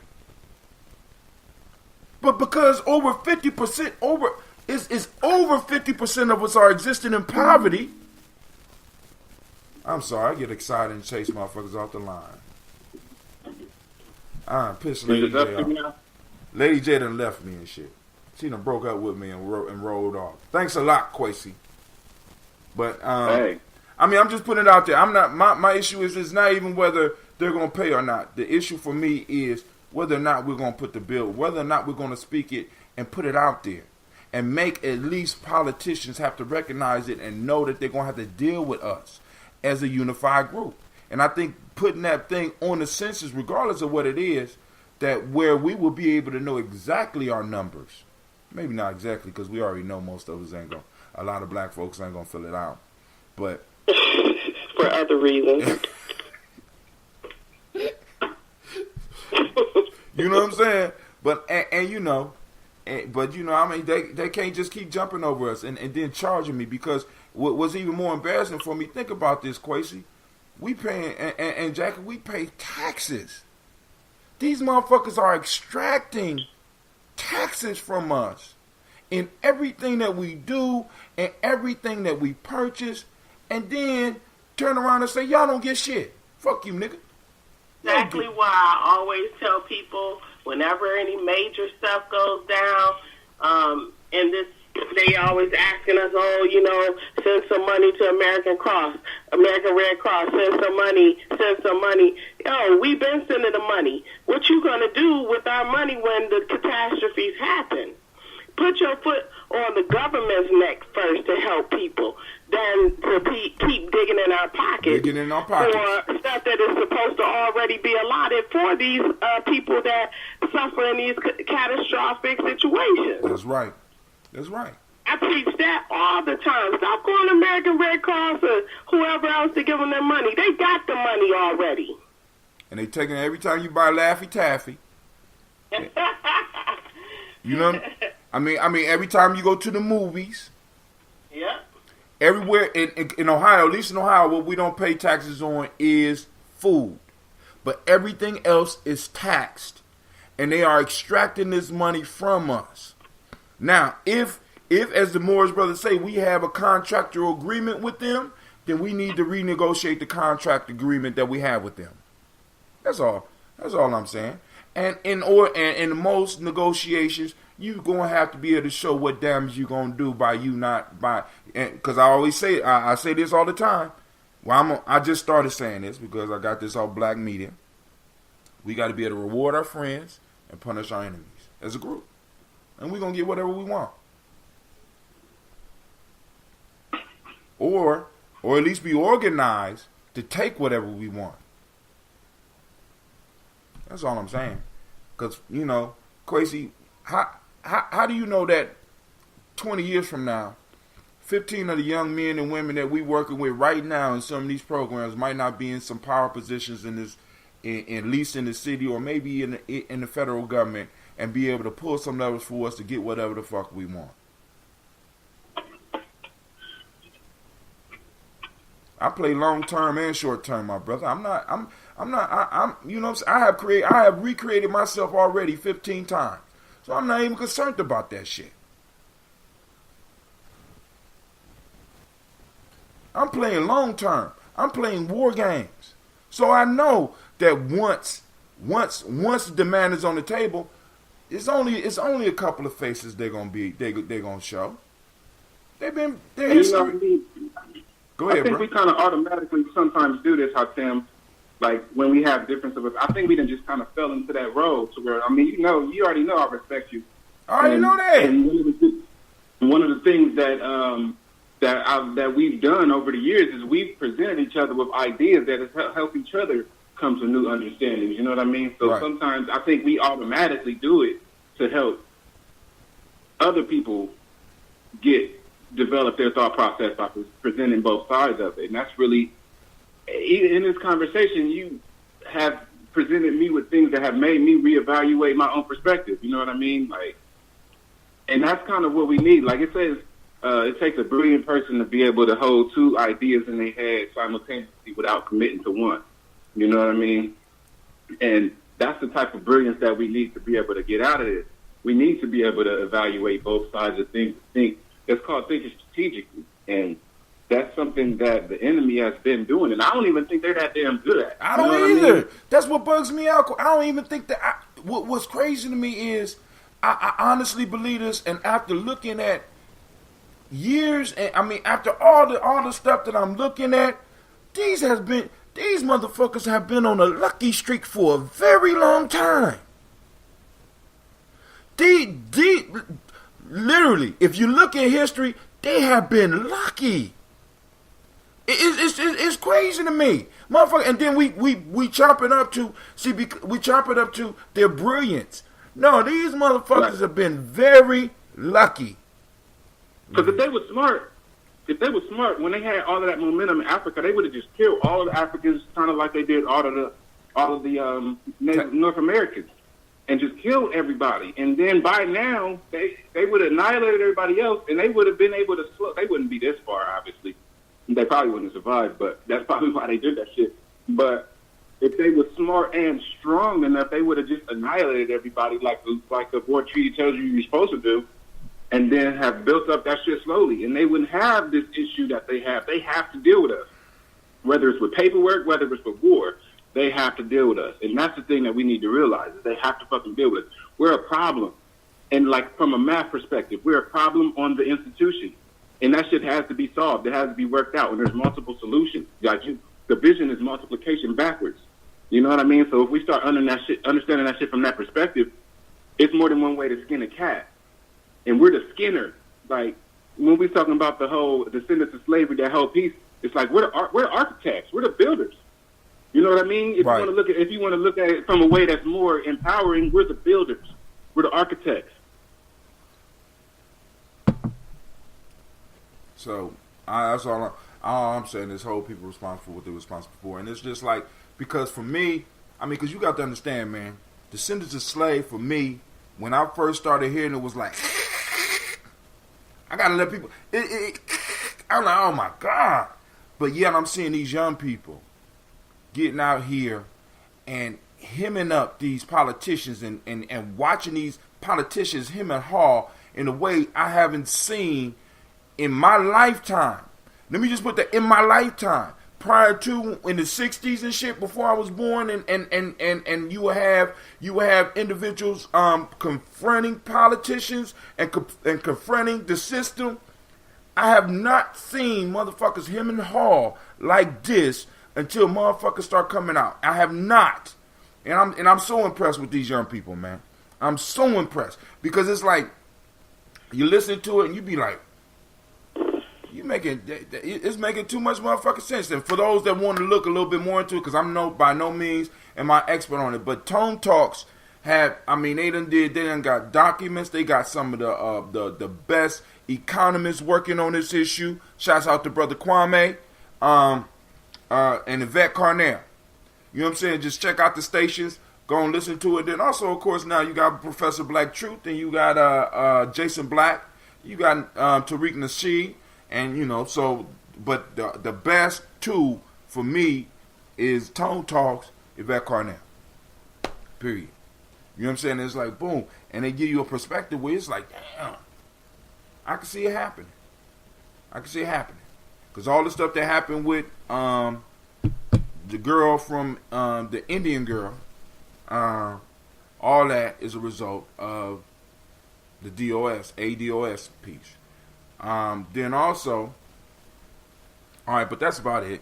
But y'all can't let me go off and shit. I get crazy. So y'all, you know, I get crazy about that shit. But y'all brought up some shit. Now I got to think about it. And thank you for fucking up my world perspective and shit. So now I got to rethink some shit. That's what it's about. Always got to know that the plan is always formulating. That's right. But it's a plan. Now, one more thing before we go. I want to read something to y'all, and I want to, because this is one of those Gye-Nyame lessons and shit. Here we go. Ladies and gentlemen, the safety instructions card is in the pocket of the seat in front of you. Please read it. It shows you the equipment carried on this aircraft for your safety. A life jacket is in the pocket under your seat. To put it on, place it over your head, clip on the waistband, and pull it tight. Please do not inflate it while you are still inside the aircraft. An evacuation slide and life raft is at each door. Your crew will direct you to your door. Additional emergency exits are shown on the leaflet.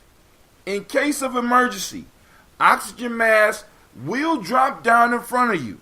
Please pull the mask down towards your face and place the mask over your mouth and nose. If you are traveling with a child, please attend to yourself first, then the child.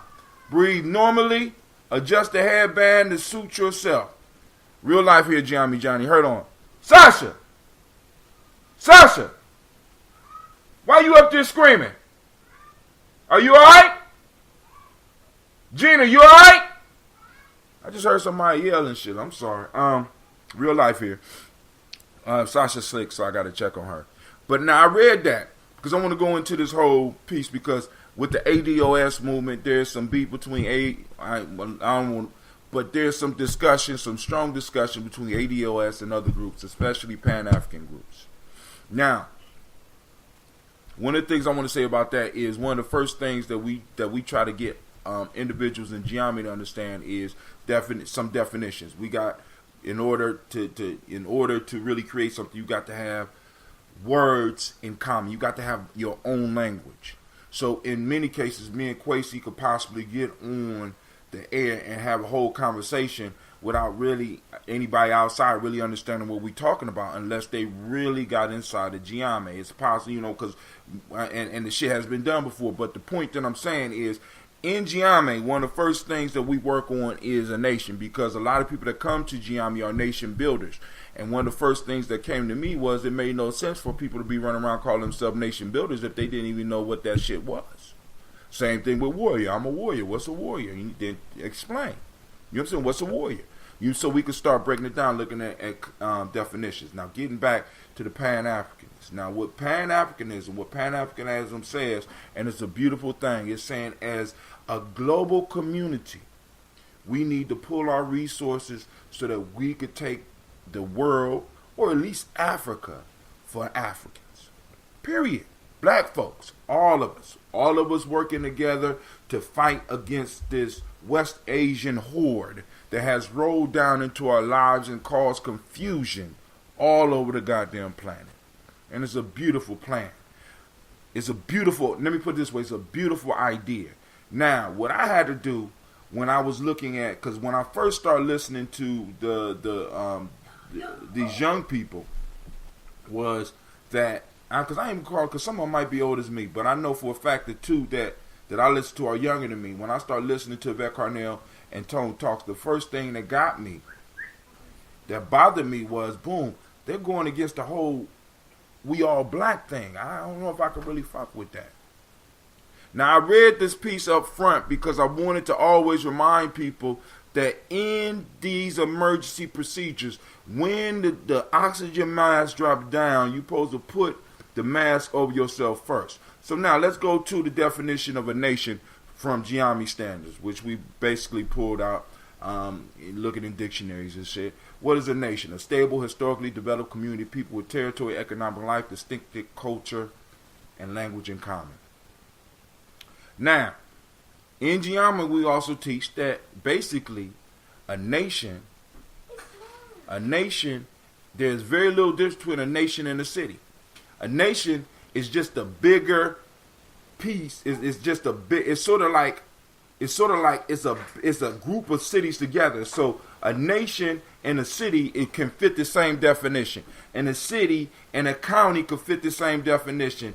And a county and a community could fit the same definition. My fault. The county should come before the city because most counties are bigger than the city. So a county, then the city, then the community, and then within that community, what makes up that community, groups and tribes. Tribes can fit the same definition that a nation does, and what is that? And then we could go down a little bit farther. We move from tribes to families, and families are composed of individuals. So now the question is, for me, is how do I best serve my people? Do I serve it by trying to put everybody mask on first? Or do I serve it by putting on my mask so that I am better able to put the mask on my family and move up from there? So looking at the definition of a nation, if I take it, or if I look at the key of a nation, of a city, of a tribe, of a group, is that individual. If the individual is not learning to take care of themselves, then they're not going to be able to take care of the larger collective. Now, let me say this by saying this. Now, in Pan-Africanism, what Pan-Africanism is that we're taking care of all black people. What the ADOS movement is asking us to do is to first take care of us. Eliminate all the other bullshit. Focus distinctively on our issues here. Because when we solve our issues here, and we already know how we are as a people, and and anybody out here can attest for it, once we get our shit straight here, we're going to reach out all over the world to start helping other people like us. So, the beauty of this, and see, because for me, it's kind of hard for people to see that this movement is an extension of Pan-Africanism. Actually, you need this movement first in order for Pan-Africanism to actually come into reality. Because if black folks over here don't have shit, we're not holding on to shit, and we barely can help ourselves, but yet we're trying to focus on international issues, I think it's useless. That's just my personal opinion. So as me being a nation builder, right, before I'm a nation builder, because I tell people, you know, I'm not quite at the nation building phase yet. Why? Because we don't have a goddamn nation. I'm at the tribe building phase. I'm a tribe builder. I'm a family builder and a tribe builder. I'm building families and tribes. And hopefully the next generation, like Kwesi and his crew, they'll be able to move up to city builders. You know what I'm saying? We call ourselves nation builder because that's a fly term. But right now I'm only at the tribe level. Hopefully I could be able to push the next generation like Kwesi and Deshaun and the brothers that's younger than me. I could push them to the city building level. And from the city building level, we could move to the state building level. And from the state building level, we could move to the nation building level. And then from there, we can move to the international level. But each of these are a level, and if we don't handle our businesses at each level, we make every level that we try to get after that, we put it at risk. And I think by us learning to handle our business and focus directly on what we are dealing with, will not only address our issues, but it will solve a lot of issues worldwide. I'm just saying, and I just wanted to cover that. So let's put on our mask first, family. That's all I'm saying. Let's put our mask on first. We got to build our families. We got to build ourselves. We got to build our families. We got to build our tribes. And then we got to build who we are right here in America so that we can be an example for other people. Because my whole life, people been telling me, as long as I've been traveling, it's almost as if people around the world are waiting for us to make a master move. And I honestly believe that this ADOS piece is a master move. Just like Marcus Garvey was right on time, just like Booker T. Washington was right on time, just like Elijah Muhammad was right on time. I'm thinking that this right here is the moment. And this is what we need to be pushing. You know, it could be something else out there I don't know about because a lot of people don't know about the ADOS. Do I still got callers? Y'all still out there? Why y'all let me go that long? I appreciate it, though. You had to get that out for all that good positive vibes. I'm just saying, man. Yeah, people needed that, and that's so real because honestly, I don't know. My theory is that on a more ancient level, that it was just tribe and nation. You know, tribe and nation, and beyond that, I think a lot of that is that European or that West Asian control mechanism is trying to micromanage everything and break it down to so many manageable units. Ooh. Because the type of control that they want to have is unnatural. So they need to go to greater lengths to keep order. But tribe being family and then nation being a collective of tribes that trade together, you know, that sounds like enough to me. You know what I mean? Right. Now let me. They did, because at one point in time we did what was called city states as well. You understand what I'm saying? Because like certain of the places in Africa, we wouldn't really classify them as nations. We would classify them as city states. But all of these things are built up on strong individuals. Because when we was having a discussion with the Moorish brothers, one of the things that me and you we agreed on, because he brought up the point, why didn't they stop when Marcus Garvey had his march? One of the things that me and you was able to see, it wasn't necessarily the law. You know what I'm saying? I don't believe that. What I believe was they didn't start that march with Marcus Garvey and that the UNIA convention when they brought all those people, because they didn't want that smoke. Yeah, it's the law of nature. It's the law of the jungle. The law of the jungle prevails over every other law. You know what I'm saying? That which can be eaten will be eaten. That which can be eaten will be eaten. Right? Until you move up to the top of the food chain. You know what I'm saying? Then the only thing you got to worry about is disease, like what we are right now. Disease of white men. I'm not at the top of the food chain yet, but I'm working on it.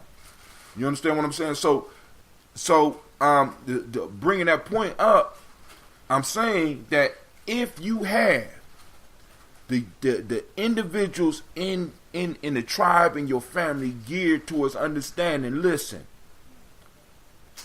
it's victory or death, or as Professor say, freedom or death. Freedom or death.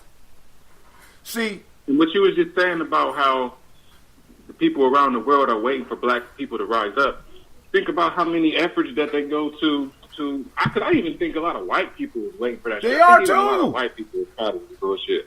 You know what I mean? Because think about all the efforts that they go through. The powers that be, the 1%, the less than 1%, they portray us in the media as a certain character that makes that, and then they bring it back here to convince us that the rest of the world thinks of us in a certain way. But when I went to Brazil, I got celebrated. They fucking loved me. Same they thing was when like, I went to holy Ghana. shit. They had all of these. There was stereotypes about me, but they was all positive. Listen, you know what I'm saying? So was same thing. They sprayed it with the shit, but they was looking at my feet like, oh yeah, I ain't fucking with this nigga. Like, same thing in Ghana, man. And it's like we get a certain love all over the world, and we are able to be influential. And the piece is, once we do shit here, it can't help but to spill out. It's gonna automatically become an international movement. It's gonna become international. People don't even understand. I mean, I don't see how we don't see that. And my whole piece is, dude, once the mindset gets into us, where it ain't just you know what I'm saying. It's almost like our manhood and our womanhood is on the line. Because what I think what a lot of people, the mindset that they're in is the same mindset that we talked about yesterday when we was talking about Steve Harvey. We black out here. We got to move in a certain way. You can't flex like that. This the shit this nigga said. You got to flex in the front. Hold on, nigga, you a millionaire. How many millions does it take for you to just pull off and just live your life? You don't, if you can't be you, why continue doing the shit? Because maybe you're not a millionaire. I'm just saying. Maybe you just put up there to convince us that we're doing better than we actually are. The best way to help poor people is not to become one of them. When all of the people that's watching you is poor people. And it's this mind state that we got that makes everything okay. This whole bag mentality. That's going to be the major thing we got to get. This where's the bag mentality. You know what I'm saying? Because when I start talking to motherfuckers and they start talking to me about money first, I don't fuck with them no more. I ain't got no time for it. I got enough people around me that can do shit, nigga. You want to talk to me? I'm sorry. Go ahead, Jack. Are you talking about that thing between him and Monique? Him and Monique. Because the thing is, that whole industry is straight up, bullshit. So, to be quite honest, the shit he talking about is how they move amongst each other anyway. And the thing about Monique is she's an opportunist as well. Oh, yeah. And wasn't starting no fight for because come on, Netflix is paying black folks. The issue here is, are you qualified to make that same dough? And then when she wasn't given that same treatment, because she's funny and everything, but she ain't no Dave Chappelle. Quite honestly, you just can't compare the two. It's apples and oranges. I never really seen her shit. I appreciate where she's coming from, but it is not altruistic. It is not for it. It's something I see regularly in Baltimore. She completely opportunistic and about herself. I can dig it. And she tries to, put some black folk on it and use some black folk colloquialism from time to time, but use a proper tone with it to, try to bamboozle somebody. But, she really thinks she's someplace else in the atmosphere than she really is. And believe you me, I really do believe that she will take some of the tactics that he said, but that's the industry they're in. That's how they get down. It ain't nothing like what you talking about, what level you on. You can't even bring them into the conversation at all. But what I'm saying is that mind state comes into the conversation. Because it's the money game. It's the, you know what I'm saying? It's not the integrity game. It's the money game. And I do hear. Go ahead. Go ahead. Well, I mean, her. Well, as far as Monique in the interview with Steve Harvey, and yeah, she's an opportunist as well. But some of her points that she made, in my opinion, when she broke down. Even though you may not, she may have been funny. First of all, I remember when Monique was at her height, and she was very funny. And I remember she was one of the top female comedians that were out at one time. I remember when she did I Could Be Your Cellmate, everybody loved that.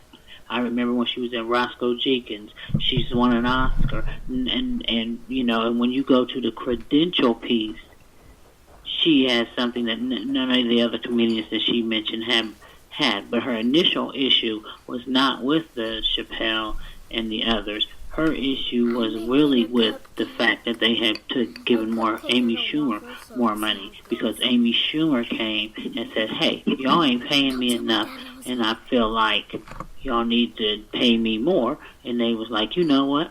You're correct. And I'm sorry, go ahead. I've been talking. But that's when they went ahead, and then Monique did the same thing, and they pretty much told her that Amy Schumer deserved more money than she did. And I totally disagree, and I agree with her in her analogy of why she should have at least gotten as much as Amy Schumer did. And I do think because she was a black female, that's why she got that she was told she couldn't get that money, because they didn't quote unquote know her like they knew Amy Schumer. And the only reason why they didn't know her because they knew, because she wasn't a mainstream comedian, which is another term for white. And then also we gotta keep in mind that Amy Schumer, who Amy Schumer's cousin is. But go ahead, I'm gonna shut up. Go ahead. She's a joke hack too. She stole all them jokes from the brother they found out and everything. Wasn't Monique in the Steve Harvey show, and she was all thirsty for Steve Harvey in the show? She was No, that wasn't her, because she had her own show when Steve Harvey had his show, didn't she? That wasn't Monique. She used to have her own talk show in there. Monique has had her own talk show. I'm talking about the sitcom way back. That one was that Monique? Who was the black woman that was all thirsty for Steve Harvey? That was Levita. No, it was her friend, not her friend. It was her friend. The one that went with Cedric, and then it was her friend. No, that wasn't Monique. Okay. Yeah, Monique. And that's the thing. How many of those can be? Monique also had her own show. Not just talk show. She had the actual show before he did. Yeah, she did. I mean, because with Countess Vaughn as her daughter. Ooh, Countess Vaughn. Lord have mercy. So she was funny at one point, and I feel like in our community we forget real quick about our people. I really do. But at one point in our community, she was one of the highest, dopest black female comedians at one time. She might still be.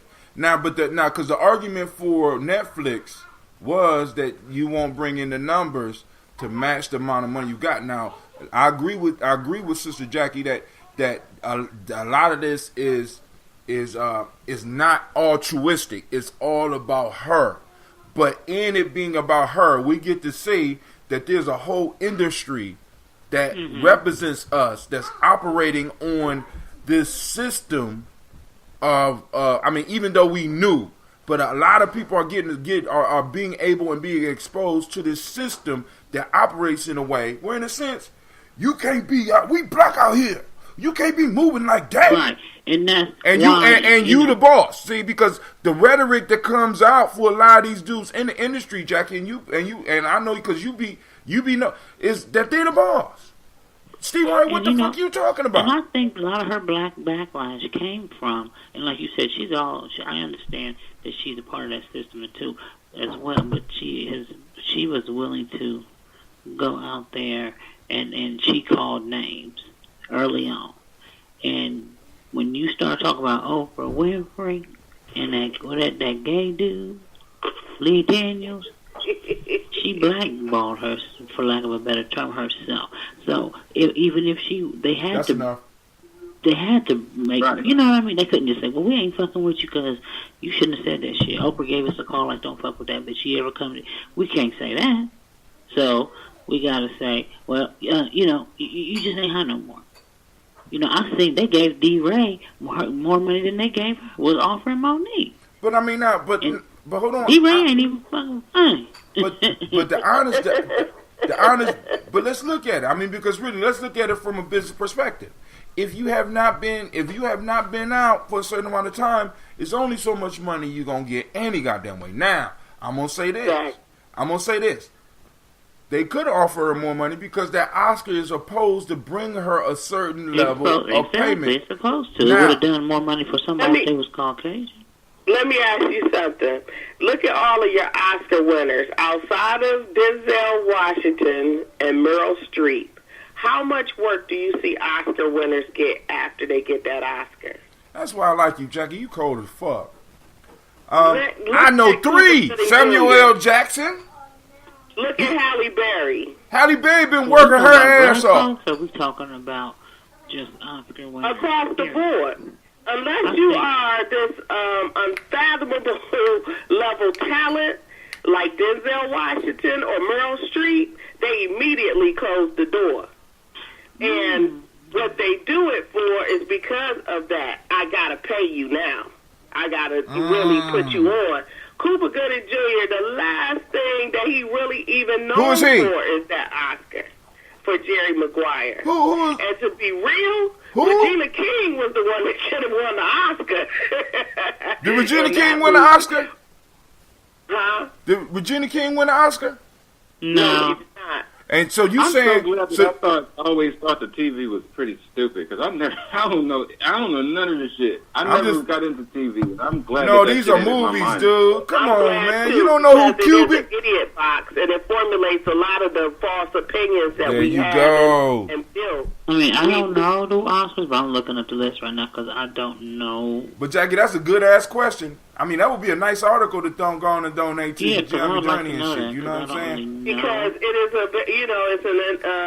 everybody looks around at these Oscar winners like, oh, they about to really get some work. Nah, dog.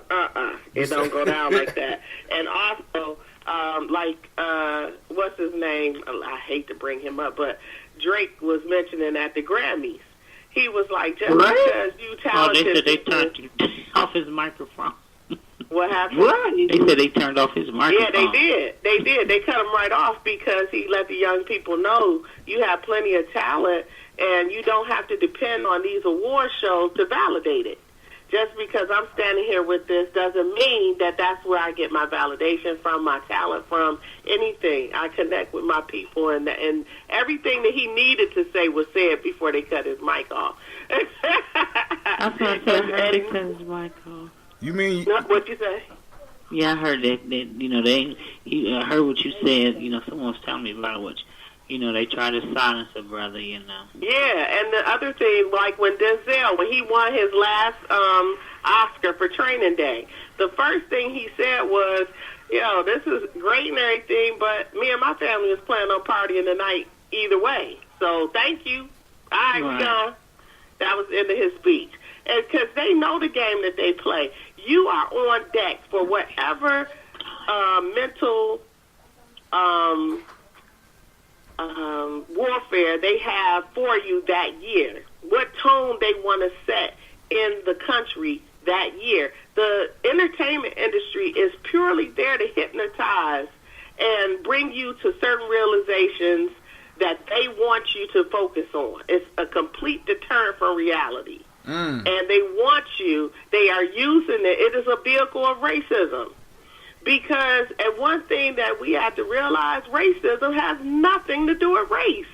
It really and truly has nothing to do with race. That's a whole nother show. The race piece is just a distraction. That's a whole nother show, Jack. Don't start that shit right now, please, because that shit is so dope. But if you really want to just sit some kids down and get them on the elementary level of how racism works, once again, I'm telling you, watch that movie, Free State of Jones.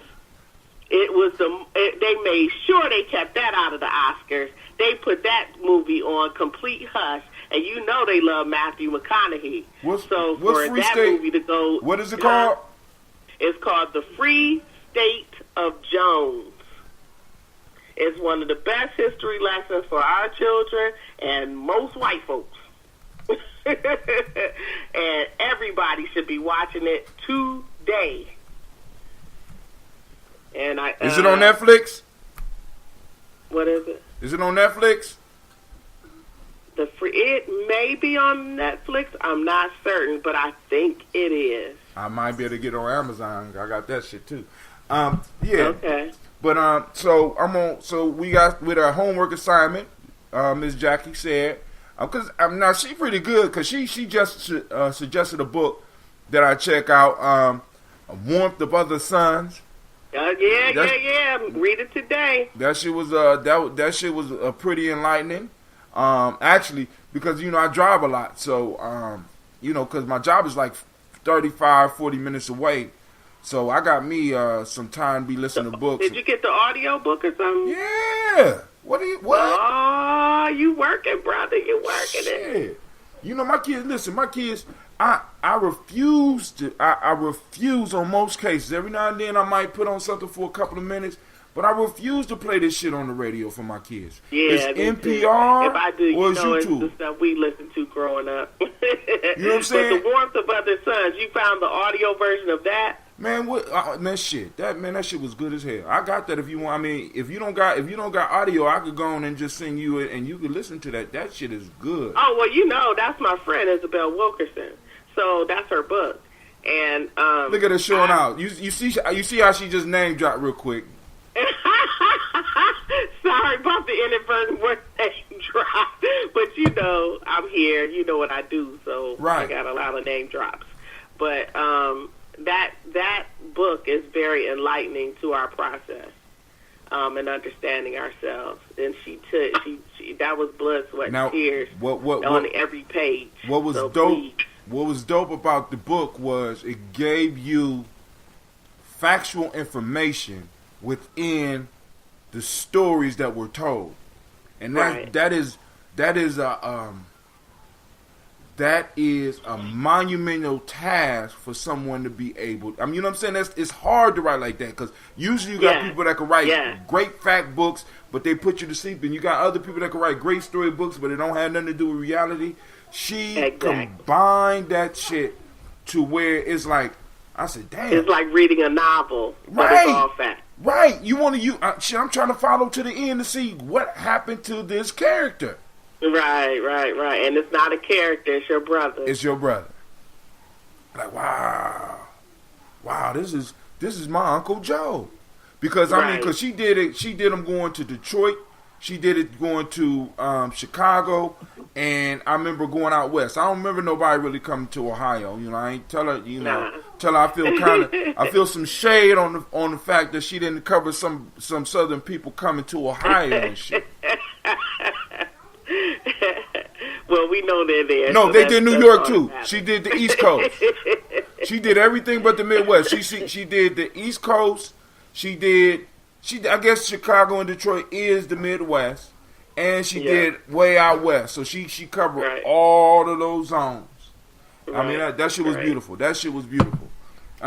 Did you do the whole thing? You finished it? Yeah, Jackie, I did that. I did that after you. Well, okay. I did that right after. Do you still have your recorder on, Gina? Oh, I did that right after you told me about it. He said, you need to get Warmth of Other Suns. I said, let me go and check this out. Because you kept on, I said, let me go and check this shit out. So next time One of the best things you'll ever read. I ain't going to say that. I ain't going that damn far. But I'm going to say it was good. It was for me. I'll say that for me. It was one of the best things because it enlightened me in so many ways. You are so much more enlightened than I in certain areas. So I'm very maybe dim, I baby. needed an extra... I needed it told to me this way. I am just a storyteller. That's it. I mean, that's all. You know what I'm saying? So it's like, and that whole enlightenment shit. That because it does not put no extra food on the table. You know what I'm saying? And it's like it's not even Because like I was, because we was, Quincy asked the question. He said, because he was trying to make a point about are people being read, and we're having a conversation that a lot of people are not going to be able to get because they're not as well read as us. So he started asking people how many books they read, and I say I read about 3. He said, you know what I'm saying? And he just looked at me and said, man, stop. I know he wanted to cuss at me, but he ain't cuss at me on air. But I do think that a lot of people try to, that's one thing with information and our people, that a lot of times we try to break folks down instead of build them up with the information. We kind of want everybody to be an Indian, we be the chief. And so that's a big problem with how books are written as well, because I tell my husband all the time, like, don't nobody want to read all that highbrow, to the superfluous and, all that. They just want you to get to the meat tell them the story so these kids can learn. You got to connect. And that's why I say language is so important. It can turn you off or turn you on. It can incite you to action. So you have to make it so these kids can really get down with it, and understand what they're reading and be able to even discussion. Because, you can get 12-year-olds involved right now because this is the time when they are that 12 to 13, they starting to ask some more serious questions. Yeah, you're right. They and connect with them, because they need to all have this in their arsenal. The Warmth of Other Suns, the Free State of Joe. My kids inside out with it. Mm-hmm. So, did you see my son testify on the? Let me throw that out there right quick. Go ahead. What did he testify on? Did you see him? You didn't see him testify on the city council floor to shut down the incinerator in Baltimore? You said Florida? No, Baltimore. Yeah, no. Send that. He Post that testified on the page. On the city council floor to shut it down. Okay, go ahead. I posted this video on my page. If you want to check it out, I'll tag you in it. But it was deep, and it was, he really rocked that thing. And he used scientific information because, his thing is environmental technology. And he's going to be an environmental activist and lawyer, which is where we going. All right, family, listen. I'm about to bring this to the end because my phone battery is getting low, and it just kicked me off of Facebook and YouTube. No, I swear to God, it never done that shit before. It stopped because we started talking about stories, Jackie. Because that whole piece, that whole being a storyteller shit is one of the most profound and most powerful things. Because when we look at the history of black folks, it's always been those that's been able to weave those stories and, as Quasi say, capture those emotions and channel that shit in a certain direction. And that's what we got to be able to do. That's what we got to be able to do, because people are never moved by facts. They're never moved by numbers, but you can hype them up and move them on emotions. You don't win battles by telling motherfuckers how many people are out there. You win battles by telling them how great of a people they come from. You know what I'm saying? And telling them stories and remind them of the myths and remind them that there's no retreat, there's no surrender, because you are fighting for your ancestors and fighting for your future generations. And if you run, they die. But that's a wonderful thing that you preach, self-mastery. You have to really sit down and master some things before you start writing and be able to back up everything that you're talking about. The reason why that book is so wonderful is because she is such a learned woman, and she knows her stuff, so she could tell a story from a factual standpoint, whether she's using his story or all of the investigation that she's done. You know what I mean? Right. She was able to weave their stories and tell a different story on top of that story. It was layered.